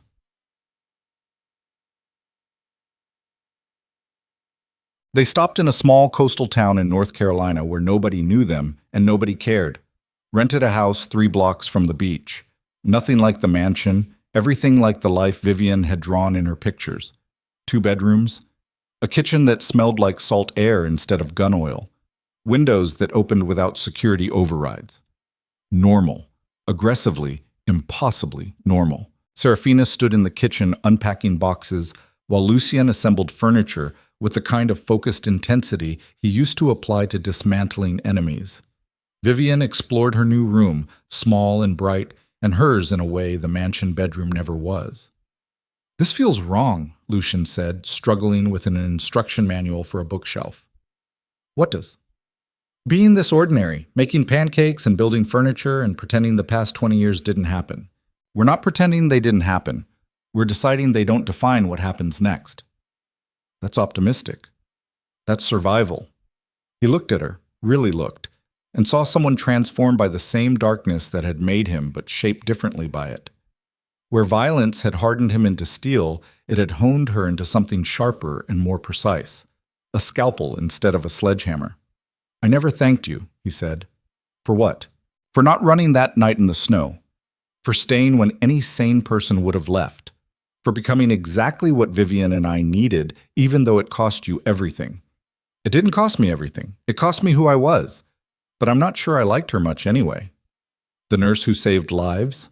The nurse who was so busy saving strangers, she forgot how to save herself. Serafina set down the box she'd been unpacking. You and Vivian taught me that sometimes survival means accepting help, accepting family, accepting that you don't have to carry everything alone. We're not much of a family. We're exactly enough of one. Vivian appeared in the doorway. The ocean's loud here. I can hear it through my window. Does that bother you? Serafina asked. No, it sounds like breathing, like the house is alive. She ran back to her room. Lucien and Serafina stood in the kitchen listening to waves crash against the shore and a little girl laugh without fear for the first time in her short life. We're going to fuck this up, Lucien said quietly. I don't know how to be a normal father. You don't know how to be a normal anything anymore. We're both too damaged. Probably, but at least we'll fuck it up together. That's romantic. That's realistic. He smiled despite himself. Outside, seabirds screamed. Inside, they started building something that looked like a future. The first month was harder than any of them expected. Lucien couldn't sleep without checking window locks 3 times. Couldn't walk down streets without mapping escape routes. Couldn't look at strangers without calculating threat levels. 20 years of survival instinct didn't shut off just because the danger changed zip codes. Serafina caught him one night standing at the living room window at 3 a.m., gun in hand, watching shadows that weren't threats. What are you doing? She asked. Keeping watch. Against what? Everything. Nothing. I don't know. She took the gun from his hand and set it on the table. You have to let go. I don't know how.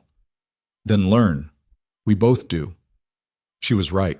They were both broken in ways that didn't heal quickly or completely. Serafina woke from nightmares about Vivian screaming while federal agents dragged her away, jumped at loud noises, checked her phone compulsively for news about Damien's prosecution, like watching it from afar could protect her from it. Trauma was a patient teacher. It didn't care that they'd escaped.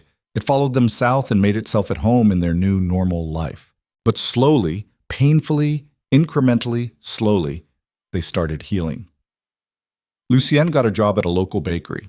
The owner didn't ask questions about his past, just handed him an apron and taught him to make bread with hands built for violence. Kneading dough became meditation. Watching yeast transform flour and water into something alive became proof that destruction wasn't the only thing he was good at. Serafina found work at a small community clinic. Nothing like the Boston Free Clinic. This one actually had supplies and funding and enough staff that nobody worked 16-hour shifts. She treated fishermen with infected cuts and retirees with high blood pressure and kids with strep throat, and remembered why she'd become a nurse in the first place. To help. Not to save the world, just to help the person in front of her. Vivian enrolled in first grade at a public school where nobody knew her father was a crime lord and nobody cared that she'd grown up in a mansion. She made friends, learned to read chapter books, came home with art projects and scraped knees and stories about playground politics that were infinitely less lethal than the politics she'd grown up around. She started calling Serafina Mama without hesitation. Started calling Lucien Papa without fear. Started being a kid. 6 months in, they celebrated Vivian's 7th birthday on the beach with a cake Lucien baked himself and presents wrapped in newspaper because they'd forgotten to buy wrapping paper. It was small and imperfect, and absolutely nothing like the elaborate parties Lucien used to throw in the Boston mansion where hired entertainers performed for children who were too scared of their parents to enjoy themselves. This was better. Vivian blew out candles and made a wish, and when Serafina asked what she'd wished for, the little girl said, "That we stay here forever." "I thought you weren't supposed to tell, or it won't come true," Lucien said. "Some wishes are better when you say them out loud." A year after leaving Boston, Lucien got the call he'd been expecting. Assistant U.S. Attorney Morrison. Professional. Courteous. The voice of a system that had made him promises. "Mr. Moretti, the Voss case is going to trial next month. We'll need you in Boston for testimony." Lucien's hand tightened on the phone. "How long?" "A week, maybe 2 depending on cross-examination. We've arranged security and accommodation." "What about my family?" "They can come if you want, or we can provide protection for them in North Carolina." He thought about Vivian finally sleeping through the night without nightmares, about Serafina laughing at dinner, about the life they'd built from wreckage. "They'll stay here," he said. "I'll come alone." "Understood. We'll send details." She hung up. Lucien stood in the kitchen of his small rental house and felt the past reaching for him with skeletal fingers. Serafina found him there an hour later, still holding the phone. "What happened?" she asked. "Trial's starting. They need me to testify." "When?" 3 weeks. She sat down at the kitchen table and he saw her running calculations, threat assessments, risk analyses, all the things they'd learned together in darkness. "It'll be dangerous," she said. "Yes." "Damien's people will try to stop you." "Probably." "You could refuse, break the deal, disappear deeper." "I could, but then we'd always be running, always looking over our shoulders. This ends it completely." "Or gets you killed." "That too." Vivian appeared in the doorway. "Papa, are you leaving?" The fear in her voice cut deeper than any bullet. Lucien knelt down to her eye level. "Just for a little while. I have to go back to Boston to help put some bad people in prison, but I'm coming back. I promise." "You promised before." "And I kept it, didn't I?" She nodded reluctantly. "This is the same. I go, I testify, I come home, and then we never have to think about Boston again. What if something bad happens? Then Serafina will keep you safe until I get back." Vivian looked at Serafina, who nodded seriously. "Okay," Vivian whispered, "but you have to call every night." "Every night, before bed." She hugged him and ran back to her room. Lucien stood slowly, his knees protesting the movement in a way that reminded him he wasn't young anymore. "I don't want to go," he admitted. "But you will anyway," Serafina said, because it's the right thing. Since when do you care about the right thing? Since I met a nurse who pulled me out of the snow and taught me that some debts are worth paying. Boston looked different through the window of a federal courthouse. Smaller, somehow. Less threatening. Just a city full of people trying to survive like everywhere else. Ian sat in a witness preparation room with Morrison and two other prosecutors going through testimony for the fifth time. They'd been at it for 3 days, rehearsing questions, anticipating defense strategies, making sure his answers were precise enough to convict, but general enough not to incriminate himself in areas outside the immunity agreement. "You're ready," Morrison said finally. "I was ready 2 days ago. Defense is going to come at you hard. They'll try to discredit you as a criminal cooperating to save himself. They'll bring up your history. They'll make you look like the villain. I am the villain. Not in this courtroom. In here, you're the witness putting away someone worse." Lucian looked at her and saw the rationalization lawyers made to sleep at night. The moral flexibility that let them use monsters to catch bigger monsters. He'd done worse for worse reasons. "When do I testify?" he asked. "Tomorrow, 9 a.m. The prosecution will examine you first, then defense gets their turn. Stay calm. Answer only what's asked. Don't volunteer information. I know how this works. Do you? Because the last time you were in a courtroom, you were the defendant." Fair point. That night, Lucian called home. Vivienne answered on the second ring. "Papa! Hey, princess, how was school?" "Good. I got an A on my spelling test. And Tommy shared his cookies at lunch. And we're reading a book about a pig who can talk." Normal kid things. Beautiful, mundane, ordinary things. "That's wonderful," Lucian said, his throat tight. "When are you coming home?" "Soon. Maybe a week." "That's forever." "I know, but I call every night, right?"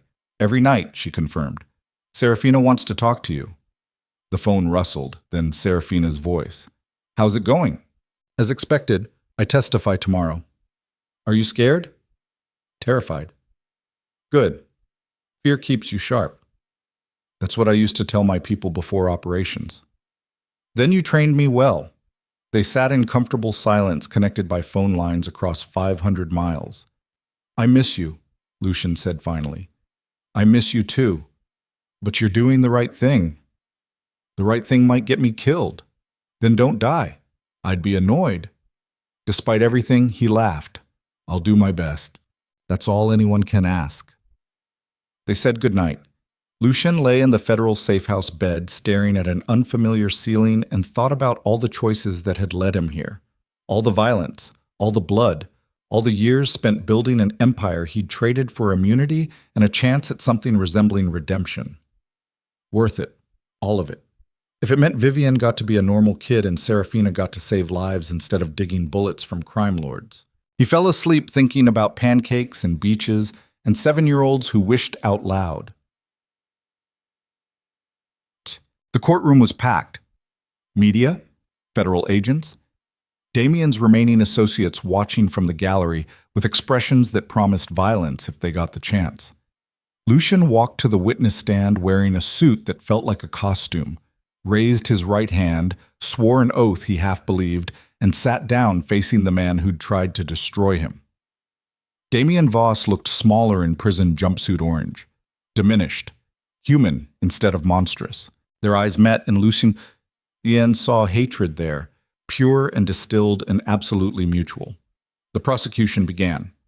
Morrison walked him through his history with Damien, their partnership, the gradual deterioration, the ambush that left Lucien with 16 bullets, the custody challenge, the kidnapping. Lucien answered every question with careful precision. Yes, Damien Voss ordered the attack. Yes, the custody challenge was fraudulent. Yes, Damien had orchestrated Serafina's kidnapping as leverage. The defense attorney stood for cross-examination, a sharp woman in an expensive suit who looked at Lucien like he was something she'd scraped off her shoe. "Mr. Moretti," she began, "you're testifying in exchange for immunity, correct?" "Yes." "Immunity for crimes including racketeering, money laundering, and conspiracy to commit murder?" "Yes." "So you're a criminal being rewarded for testifying against another criminal. That's one way to look at it. Is there another way?" I'm someone who made terrible choices for 20 years, finally choosing to do something right. How noble. Tell me, Mr. Moretti, how many people have you killed? Morrison objected. Relevance, Your Honor.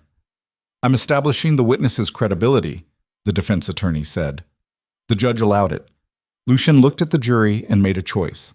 I don't know, he said honestly. I stopped counting after the first dozen. Does that make me a monster? Yes. Does that mean I'm lying now? No. I'm here because I'm tired of being a monster, and I want my daughter to grow up knowing her father tried to be better. The courtroom went silent. The defense attorney tried a different angle. You had a relationship with Serafina Vale, correct? Yes. And she was involved in the illegal extraction from the Connecticut property? She was a victim I rescued, or an accomplice who helped you evade federal custody. She's a nurse who saved my life and became collateral damage in a war she never asked to be part of. Yet here you are, testifying to save yourself while she's not even in this courtroom. She's in North Carolina being the mother my daughter deserves, and I'm here making sure the man who tried to take both of them from me pays for it. The cross-examination continued for 2 hours. The defense tried to break him, discredit him, make him look like a liar trading testimony for freedom. But Lucien had spent decades lying professionally. He knew how to sell truth when he had to. Finally, it ended. The judge dismissed him. Lucien walked out of the courtroom past Damien Voss one last time. This doesn't end here, Damien said quietly. Yes, it does, Lucien replied. You're going to prison. I'm going home. We're both getting exactly what we deserve. He left the courthouse, got into the federal vehicle waiting outside, disappeared back into protective custody while the trial continued without him. 3 days later, Morrison called with the verdict. Guilty. All counts. Damien Voss sentenced to 45 years in federal prison with no possibility of parole. It's over, Morrison said. Lucien closed his eyes and let the weight of 2 decades lift. Thank you. Don't thank me. Stay clean. Honor the immunity agreement, and don't come back to Boston. I won't. She hung up. Lucien booked a flight home. Oh shit. Serafina and Vivienne met him at the airport. The little girl ran through the terminal and launched herself into his arms with enough force to make his still-healing ribs protest. You came back, she shouted. I promised, didn't I? Promises kept are better than promises made. Where did you learn that? Serafina's books again. He looked over Vivienne's head at the woman who'd saved him in more ways than one. She stood watching them with tears in her eyes and a smile on her face. It's done, he said. I know. I saw the news. 45 years. Long enough. More than. They drove home through North Carolina summer heat while Vivienne chattered about everything he'd missed, school projects and beach trips and the hermit crab she'd named Gerald, who lived in a tank in her room. Normal things, beautiful things, the things worth surviving for. 5 years later, the world looked entirely different. On the Amalfi Coast, tucked between sea cliffs and narrow stone streets, stood a small bakery called Velvet Jasmine. The name had been Serafina's idea, combining the street where Lucien had nearly died with the tea she'd made him while he healed, a reminder of where they'd started and how far they'd come. Every morning, Lucien woke before dawn to make bread. His hands, scarred from violence, marked by choices he couldn't undo, shaped dough with the same precision he'd once used for darker purposes. The bakery smelled like yeast and salt air and possibility. Serafina worked part-time at a local clinic where patients paid her in flowers and homemade wine and stories about their grandchildren. She'd learned Italian through immersion and stubbornness, laughing through mistakes until the language felt natural. Vivienne, now 12 and fierce and brilliant, played piano in the courtyard every afternoon. Tourists stopped to listen. Locals brought their children to watch. She performed like she'd been born for it, fingers dancing across keys, creating beauty from discipline and practice and joy. The Ghost Monarch of Boston no longer existed. Only a husband, a father, a man finally learning how to live. One golden afternoon, Serafina leaned against the bakery counter watching the ocean shimmer beneath the Italian sun. Do you ever miss it? She asked. The power? Lucien looked toward Vivienne laughing outside beneath strings of lights. Then at Serafina, who'd taught him that strength came in forms he'd never considered. "No," he said honestly. "I finally found something stronger." "What's that?" "This, you, her, the chance to be ordinary." Serafina smiled and kissed him, and somewhere in the distance, church bells rang, marking the hour and reminding them that time kept moving forward whether they were ready or not. But they were ready. After everything. After the blood and the fear and the impossible choices. After learning that sometimes survival meant letting go of who you were to become who you needed to be. They were ready. That night, they sat together on the terrace overlooking the Mediterranean while Vivian practiced Bach upstairs and the smell of baking bread drifted through open windows. "I never thanked you properly," Lucian said. "For what?" "For not leaving me in that snowbank, for seeing something worth saving even when I couldn't." "You saved yourself. I just kept you breathing long enough to figure that out." "Semantics." "Truth." He pulled her closer, this woman who'd become his anchor and his conscience and his future all at once. "I love you," he said. Simple words he'd spent 40 years learning how to mean. "I know," Serafina replied. "You tell me every morning when you make coffee." "How?" "The way you remember I take it black. The way you warm the cup first. The way you hand it to me like you're offering something precious." "That's not saying I love you." "That's exactly saying it. You just speak a different language." She was right. He'd spent his life speaking in violence and silence and the spaces between words where meaning hid from the light. But she'd learned to translate, learned to hear the declarations in mundane gestures, learned to love a monster as he transformed into something almost human. Vivian appeared on the terrace. "I finished practicing. Can we walk to the beach?" "It's late," Serafina said. "Please? Just to the water?" They looked at each other and nodded. The three of them walked down narrow streets where laundry hung between buildings, and cats watched from stone walls and the Mediterranean breathed against the shore in rhythms older than empires. At the beach, Vivian ran ahead chasing waves while Lucien and Serafina followed more slowly, hands linked, watching the girl who'd survived impossible circumstances become exactly who she was meant to be. "We did okay," Serafina said quietly. "We did better than okay. She's happy. She's alive and healthy and happy. That's everything." They stood at the water's edge while night settled over the coast and stars began appearing in the darkening sky. Vivian collected shells, waves erased footprints. The world kept spinning. And for the first time in their broken lives, that was enough, more than enough. Everything they'd fought for and bled for and nearly died for crystallized into this single perfect moment where the past didn't matter and the future could wait. They were home. Not in Boston, where violence had defined them, not in North Carolina, where they'd learned to heal, but here, in a small coastal town where nobody knew their names and nobody cared what they'd been, where a former crime lord baked bread, where a nurse saved lives in ways that didn't require bullets, where a little girl played piano and collected shells and dreamed ordinary dreams, where three broken people had built something whole from the wreckage of who they used to be. Vivian ran back to them, holding a perfect spiral shell. "Look what I found." Serafina examined it seriously. "That's beautiful." "Can I keep it?" "Of course." "I'm going to put it on my windowsill, so every morning I remember today." "Why this day specifically?" Lucien asked. Vivian looked at both of them. These imperfect adults who'd fought monsters and survived impossible circumstances and given her the one thing every child needed, a family. However unconventional, however hard-won, however imperfect. "Because today was perfect," she said simply, "and I want to remember perfect." She ran ahead again. Lucien and Serafina followed. The ocean whispered against the shore. The stars multiplied overhead. And somewhere in the darkness, the ghosts of who they'd been faded into memory. Not forgotten. Never forgotten. But finally, mercifully, left behind. They walked home through Italian twilight while Vivienne sang off-key and kicked sand and embodied every ordinary, extraordinary moment they'd fought to give her.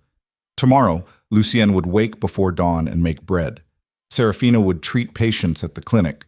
Vivienne would go to school and practice piano and complain about homework. Ordinary. Gloriously, impossibly ordinary. The life they'd earned through blood and sacrifice and the stubborn refusal to let darkness win. And when they finally reached the bakery and climbed the stairs to their small apartment above it and tucked Vivian into bed with her perfect shell on the windowsill, Lucien stood in the doorway watching his daughter sleep. Serafina joined him. "No regrets?" she whispered. "About leaving Boston? About testifying? About walking away from everything I built?" Yes.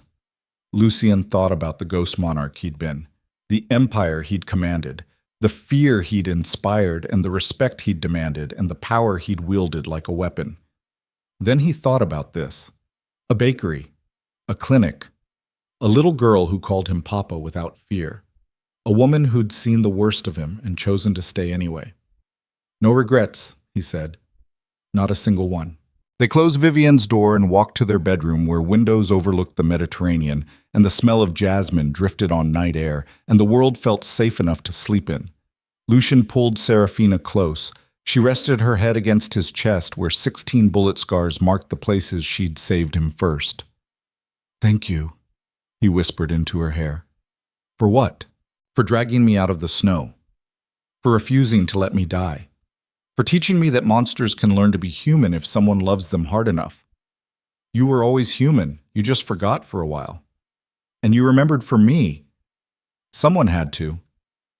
They fell asleep to the sound of waves and each other's breathing. Two people who'd found each other in darkness and built a life in light. Not perfect. Never perfect. But real and hard-won. And absolutely theirs. And when morning came and Lucien woke to make bread, and Serafina made coffee, and Vivian stumbled sleepy-eyed to breakfast, they did it all again. The beautiful ordinary rhythm of survival, the quiet victory of waking up safe, the profound gift of a second chance neither of them deserved, but both had earned through sheer stubborn refusal to let the past define the future. Boston was a lifetime away. The ghost was dead. And Lucien Moretti, baker, father, husband, survivor, was finally, impossibly, free.